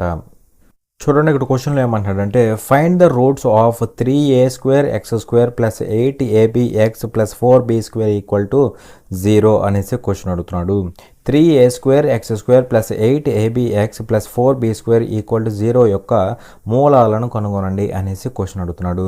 అయితే ఇక్కడ క్వాడ్రాటిక్ ఈక్వేషన్ ఎలా తీసుకోవాలి అనేసి కన్ఫ్యూజ్ అవుతూ ఉంటారు అనమాట. ఎందుకంటే ఇక్కడ x² ఉంది, అదేవిధంగా a² ఉంది, లేదంటే ఇక్కడ చూసుకుంటే b² ఉంది, అదేవిధంగా b ఉంది, కాన్స్టెంట్ ఉంది. ఇందాక చూస్తే x² x కాన్స్టెంట్ అలా ఉందన్నమాట. అంటే ఇక్కడ కన్ఫ్యూజ్ అవడానికి ఛాన్స్ ఉంటుంది. సో ఇక్కడ ఈక్వేషన్ ఎలా తీసుకోవాలంటే జాగ్రత్తగా అబ్జర్వ్ చేయండి. ఇక్కడ దీన్ని 3 డిఫరెంట్ వేస్లో రాసుకోవచ్చు అనమాట. ఇదిగో ఏలో క్వాడ్రాటిక్ ఈక్వేషను, లేదా బిలో క్వాడ్రాటిక్ ఈక్వేషను, లేదా ఎక్స్లో క్వాడ్రాటిక్ ఈక్వేషన్ అనమాట. ఈ విధంగా 3 డిఫరెంట్ వేస్లో తీసుకోవచ్చు. అయితే ఇక్కడ ఏది మనం కన్సిడర్ చేసుకోవాలి అది ఇంపార్టెంట్ అనమాట. ఏది మనం కన్సిడర్ చేసుకోవాలి అది ఇంపార్టెంట్ అనమాట. ఇక్కడ చూస్తే రూట్స్ అనేవి ఎలా ఉన్నాయి, ఏబిలో ఉన్నాయి. రూట్స్ అనేవి ఏబిలో ఉన్నాయి, అవునా కదా, ఏబిలో ఉన్నాయి కాబట్టి క్వాడ్రాటిక్ ఈక్వేషన్ అనేది ఏలో క్వాడ్రాటిక్ ఈక్వేషన్ అవ్వదు, బిలో కూడా క్వాడ్రాటిక్ ఈక్వేషన్ అవ్వదు. అర్థమైందా? కాబట్టి క్వాడ్రాటిక్ ఈక్వేషన్ అనేది ఎక్స్లోనే ఉంటుంది. అంటే ax² + bx + c = 0 ఈ ఫామ్లోనే మనం తీసుకోవాలి. అంతేగాని పాసిబిలిటీ ఉందని ఇలా కూడా తీసుకునే వాళ్ళు ఉంటారు, ఇలా కూడా తీసుకునే వాళ్ళు ఉంటారు. ఇలా తీసుకునే వాళ్ళు ఉంటే అప్పుడు ఆన్సర్స్ అనేవి రావన్నమాట. ఓకేనా. సో ఇది మీరు గుర్తుపెట్టుకోవాల్సిన మెయిన్ పాయింట్ హియర్. ఓకేనా. సో చూడండి, ఇప్పుడు ఏం కనుక్కోమంటున్నాడు, దీని యొక్క రూట్స్ని ఫైండ్ అవుట్ చేయమంటున్నాడు. అవునా. మరి రూట్స్ని ఫైండ్ అవుట్ చేయాలంటే మనం నార్మల్గా ఫైండ్ అవుట్ చేయము, సింపుల్గా ఆప్షన్ వెరిఫై చేయబోతున్నాం. సో ఆప్షన్ వెరిఫై ఎలా చేయబోతున్నాం అంటే చూడండి, ప్రొడక్ట్ ఆఫ్ ద రూట్స్ని ఫైండ్ అవుట్ చేస్తాం. ప్రొడక్ట్ అంటే ఏమవుతుంది, c/a అవుతుంది. మరి ఇక్కడ కంపేర్ చేస్తే కాన్స్టెంట్ ఏముంది, 4b² ఉందా, 4b² ఉందన్నమాట. c వాల్యూ ఏముంది, 4b² ఉంది. బై a వాల్యూ ఎంత ఉంది, 3a² ఉందన్నమాట. సో ఇది ప్రొడక్ట్ అనమాట. సో ఇక్కడ కూడా రూట్స్ ఇచ్చాడు కదా, వాటికి ప్రొడక్ట్ కనుక్కుంటే ఎక్కడైతే మనకి 4b² / 3a² వస్తుందో దానికి ఆన్సర్ అవడానికి ఛాన్స్ ఉంటుంది. మరి ఇక్కడ చూడండి, ఇక్కడ ఏమవుతుంది -2b/a ఇంటూ మళ్ళీ -2b/a, అవునా? మరి ఇక్కడ మనకి బైలో 3a² వచ్చిందా, జస్ట్ a² వచ్చింది, పైన ఏమో 4b² వచ్చింది. సో ఇది రాంగ్ ఆప్షన్ అయిపోతుంది. సో ఫస్ట్ ఆప్షన్ అనేది ఎలిమినేట్ అయిపోతుంది అనమాట, అవునా? సెకండ్ కేసు తీసుకోండి. సెకండ్ కేసులో ప్రొడక్ట్ ఆఫ్ ద రూట్స్ అంటే -2b/a ఇంటూ -3b/2a అవుతుందా, 2a అవుతుంది. 2 క్యాన్సిల్ అవుతుంది. మరి ఇక్కడ పైన ఏమో 3b² అవుతుంది, a² అవుతుంది. మనకు కావాల్సింది 4b²/3a² కావాలి. కాబట్టి ఇది కూడా ఫెయిల్ అయిపోతుంది. అలా సెకండ్ ఆప్షన్ కూడా ఫెయిల్ అయిపోతుంది అనమాట. మరి ఇక్కడ థర్డ్ ఆప్షన్ చూడండి. థర్డ్ ఆప్షన్ ఏముంది మనకి -2b/a ఇంటూ -2b/3a అవుతుంది, -2b/3a. సో ఇక్కడ చూస్తే ఏమవుతుందంటే ఇది 4b² అవుతుందా, 4b²/3a² అవుతుంది. అంటే ఇక్కడ దీనికి ఆన్సర్ అవడానికి ఛాన్స్ ఉంది. రెండు సేమ్ ఉన్నాయి కదా, ఈ రెండు సేమ్గా ఉన్నాయి కాబట్టి ఆన్సర్ అవడానికి ఛాన్స్ ఉంటుంది. ఇది కూడా వెరిఫై చేయాలి, వెరిఫై చేయకుండా వదిలేయకూడదు, ఓకేనా? సో ఇది వెరిఫై చేస్తే ఏమవుతుంది, సెకండ్ కేసు ఫోర్త్ దాంట్లో వెరిఫై చేస్తే ఏమవుతుంది, -2b/3a into -2b that is equal to ఏమవుతుంది, 4b² అవుతుందా, పైన 4b² పైన వచ్చింది, బై కింద 3a వస్తుంది. మనకు కావాల్సింది 4b²/3a², 3a² రావాలి, స్క్వేర్ లేదు కదా, అంటే ఇది ఫెయిల్ అయిపోతుంది. అంటే ఫోర్త్ ఆప్షన్ అనేది ఫెయిల్ అయిపోతుంది. అలా మనకి ప్రొడక్ట్ ఆఫ్ ద రూట్స్ని చెక్ చేసినప్పుడు ఒక ఆప్షనే వచ్చింది కాబట్టి అది మనకి ఆన్సర్ అయిపోతుంది. మిగిలిన 3 ఫెయిల్ అయిపోయినాయి కాబట్టి అవి ఎలిమినేట్ అయిపోతాయి అనమాట, ఓకేనా? ఒకవేళ ఏదన్నా ఇంకొక ఆప్షన్ కూడా వచ్చింది అనుకోండి, అప్పుడు మనం ఏం చేస్తాం, సమ్ ఆఫ్ ది రూట్స్ కనుక్కుంటాం. సమ్ ఆఫ్ ది రూట్స్ కనుక్కొని ఆ రెండిట్లో కూడా ఒకదాన్ని ఎలిమినేట్ చేసేస్తాం అనమాట. అలా ఫస్ట్ ఏంటంటే ప్రొడక్ట్ ఆఫ్ ద రూట్స్ని క్యాలిక్యులేట్ చేస్తే సరిపోతుంది. అలాగే ఇక్కడ ఈక్వేషన్ ఎలా తీసుకోవాలి అనేసి కన్ఫ్యూజన్ ఉంటుంది. దానికి ఇచ్చిన క్లారిఫికేషన్ ఇదనమాట. ఇలా మనం ఏలో క్వాడ్రాటిక్ ఈక్వేషన్గా తీసుకోవచ్చు, అంటే a² a కాన్స్టెంట్, లేదా బీలో క్వాడ్రాటిక్ ఈక్వేషన్ కూడా తీసుకోవచ్చు. అంటే ఇదే వాల్యూని ఇలా 3 డిఫరెంట్ ఫార్మాట్స్లో రాసుకోవచ్చు. ఒక చోట ఏలో క్వాడ్రాటిక్ ఈక్వేషను, ఇంకో చోట బీలో క్వాడ్రాటిక్ ఈక్వేషను, ఇంకో చోట ఎక్స్లో క్వాడ్రాటిక్ ఈక్వేషను. అయితే ఇక్కడ రూట్స్ అనేవి ఏబీలో ఉన్నాయి కాబట్టి ఇక్కడ క్వాడ్రాటిక్ ఈక్వేషన్ అనేది ఏబీలో ఉండకూడదు, కాబట్టి ఖచ్చితంగా ఎక్స్లోనే ఉండాలి. సో అందుకే ఇది కన్సిడర్ చేసాం, దాన్ని ఏబీసీతో కంపేర్ చేసాం. దాన్ని బట్టి మనం థర్డ్ ఆప్షన్ అనేది ఆన్సర్గా పెట్టామన్నమాట. అర్థమైందా? చూడండి, ఇక్కడ క్వశ్చన్లో ఏమంటున్నాడు అంటే A, B and C can do a piece of work in 20, 30 and 60 days respectively. In how many days can A complete the work if he is assisted by B and C on every third day అనేసి question అడుగుతున్నాడు. A, B మరియు C వరుసగా 20, 30 మరియు 60 రోజుల్లో ఒక పనిని చేయగలరు. ప్రతి 3వ రోజు బి మరియు సి సహాయం చేస్తే ఏ ఎన్ని రోజుల్లో పనిని పూర్తి చేయగలడు అనేసి క్వశ్చన్ అడుగుతున్నాడు, ఓకేనా? ఇక్కడ ఏమంటున్నాడు, AB and C can do a piece of work in 20, 30 and 60 days respectively అంటున్నాడు. అంటే సింపుల్గా ఏ ఒక వర్క్ని ఎన్ని డేస్లో కంప్లీట్ చేయగలడు, రెస్పెక్టివ్లీ కాబట్టి 20 డేస్లో కంప్లీట్ చేయగలడు. బి అదే వర్క్ని ఎన్ని డేస్, 30 డేస్లో కంప్లీట్ చేయగలడు. సి అదే వర్క్ని ఎన్ని డేస్, 60 డేస్లో కంప్లీట్ చేయగలడు అనమాట. ఇది రెస్పెక్టివ్లీ అంటే, ఓకేనా? సో ఇప్పుడు టోటల్ వర్క్ని కనుక్కోవాలి మనం. టోటల్ వర్క్ ఏమవుతుంది, ఈ మూడిటి యొక్క ఎల్సిఎం అవుతుంది. మరి ఈ మూడిటి యొక్క ఎల్సిఎం అంటే 60 అని కదా, 60 అనమాట. మరి ఇక్కడ చెప్పండి ఎఫిషియన్సీలు ఏమవుతాయి, 60/20 3 అవుతుంది, 60/30 2 అవుతుంది, 60/60 1 అయిపోతుంది అనమాట, అవునా? అయితే ఇక్కడ క్వశ్చన్లో ఏమంటున్నాడు, in how many days can A complete the work if he is assisted by B and C on every third day. అంటే ఎవ్రీ థర్డ్ డేనా ఏకి బి అండ్ సి వీళ్ళిద్దరూ హెల్ప్ చేస్తే, వీళ్ళిద్దరూ కలిసి ఎవ్రీ థర్డ్ డేనా ఏతో పాటు వర్క్ చేస్తే అప్పుడు వీడు ఎన్ని రోజుల్లో వర్క్ని కంప్లీట్ చేయగలడు అనేసి క్వశ్చన్ అడుగుతున్నాడు, ఓకేనా?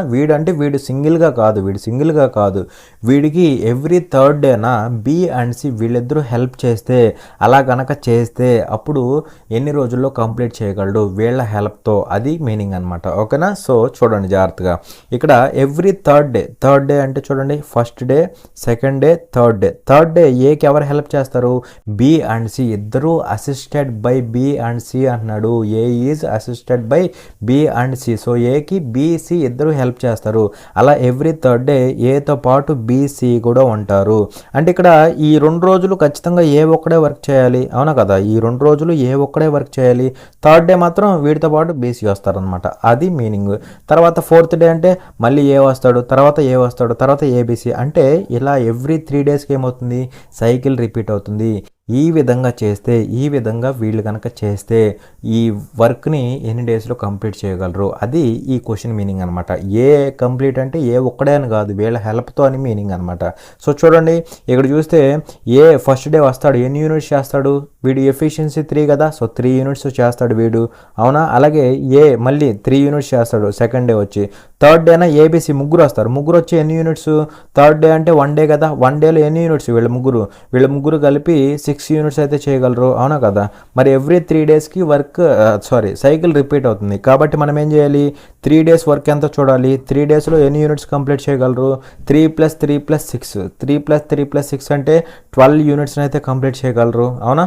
సో ఇప్పుడు ఏం చేయాలి, ఇప్పుడు ఈ టోటల్ వర్క్లో 12 అనేది అప్రాక్సిమేట్గా ఎన్ని టైమ్స్ పోతుందో చూడాలి. ఎన్ని టైమ్స్ పోతుంది, అసలు ఎగ్జాక్ట్గా పోతుంది 5 టైమ్స్, అవునా. సో ఇంటూ 5, ఇక్కడ కూడా ఇంటూ 5. సో ఇక్కడ చూస్తే దీని మీనింగ్ ఏంటంటే 15 డేస్లో ఎన్ని యూనిట్స్ కంప్లీట్ అవుతాయి, 12 × 5 60 యూనిట్స్. సో టోటల్ వర్క్ కూడా 60 యూనిట్స్. అది ఎన్ని రోజుల్లో కంప్లీట్ అవుతుంది, 15 డేస్లో కంప్లీట్ అవుతుంది, ఓకేనా. 15 డేస్ అనేది మనకి ఆన్సర్ అవుతుంది. అలా ఎవ్రీ థర్డ్ డేనా ఏకి బి అండ్ సి ఇద్దరు హెల్ప్ చేస్తే అప్పుడు వర్క్ ఎలా కంప్లీట్ అవుతుందంటే 15 డేస్లో అయితే కంప్లీట్ అయిపోతుంది అనమాట, ఓకేనా. చూడండి ఇక్కడ క్వశ్చన్లో ఏమంటాడు అంటే the value of 12 + 12 × 12 - 12 / 12 is equal to అనేసి క్వశ్చన్ అడుగుతున్నాడు. సో దీని యొక్క విలువ ఎంత అనేసి అడుగుతున్నాడు అనమాట, అది మనల్ని అడుగుతున్నాడు, ఓకేనా. చూడండి ఇక్కడ ఇచ్చిన వాల్యూ ఏంటి, 12 + 12 × 12 - 12 / 12 అనమాట. అన్ని 12లో ఉన్నాయి, what ever it may be. చూడండి ఫస్ట్ మనం ఏం చేయాలి, బాడ్మాస్ రూల్ని ఫాలో అవ్వాలి ఇక్కడ. సో బాడ్మాస్ రూల్ అంటే బ్రాకెట్స్ లేవు, ఆఫ్ లేవు, డివిజను, మల్టిప్లికేషన్, ఎడిషను, సబ్ట్రాక్షన్, ఈ 4 ఉన్నాయి అనమాట. అందులో ముందు ఏం చేయాలి, డివిజన్ చేయాలి. సో డివిజన్ ఇదే కదా, 12/12 అంటే డివిజన్ ఎంత అవుతుంది, 1 అయిపోతుంది, అవునా. అలాగే తర్వాత డివిజన్ తర్వాత మల్టిప్లికేషన్ చేయాలి. మల్టిప్లికేషన్ అంటే ఇదిగోండి ఇక్కడ ఎంత అవుతుంది, 12 × 12 అంటే 144 అవుతుందా, 144 - 1 + 12 అనమాట, అయిపోయింది ఇంకా. సో ఇక్కడ చూస్తే ఈ రెండింటిని యాడ్ చేస్తే ఎంత అవుతుంది అంటే 156 అవుతుందా, 156 - 1 ఎంత అవుతుంది, 155 అవుతుంది అనమాట. అలా 155 అనేది మనకి ఆన్సర్ అవుతుంది. సో వచ్చే సింపుల్ క్వశ్చన్ కదా. సో ఇంతవరకు కాన్సెప్ట్ అనేది క్లియర్ అనుకుంటున్నాను. For more such free videos, subscribe to our channel, like, share and comment. Thanks for watching. Jai Hind.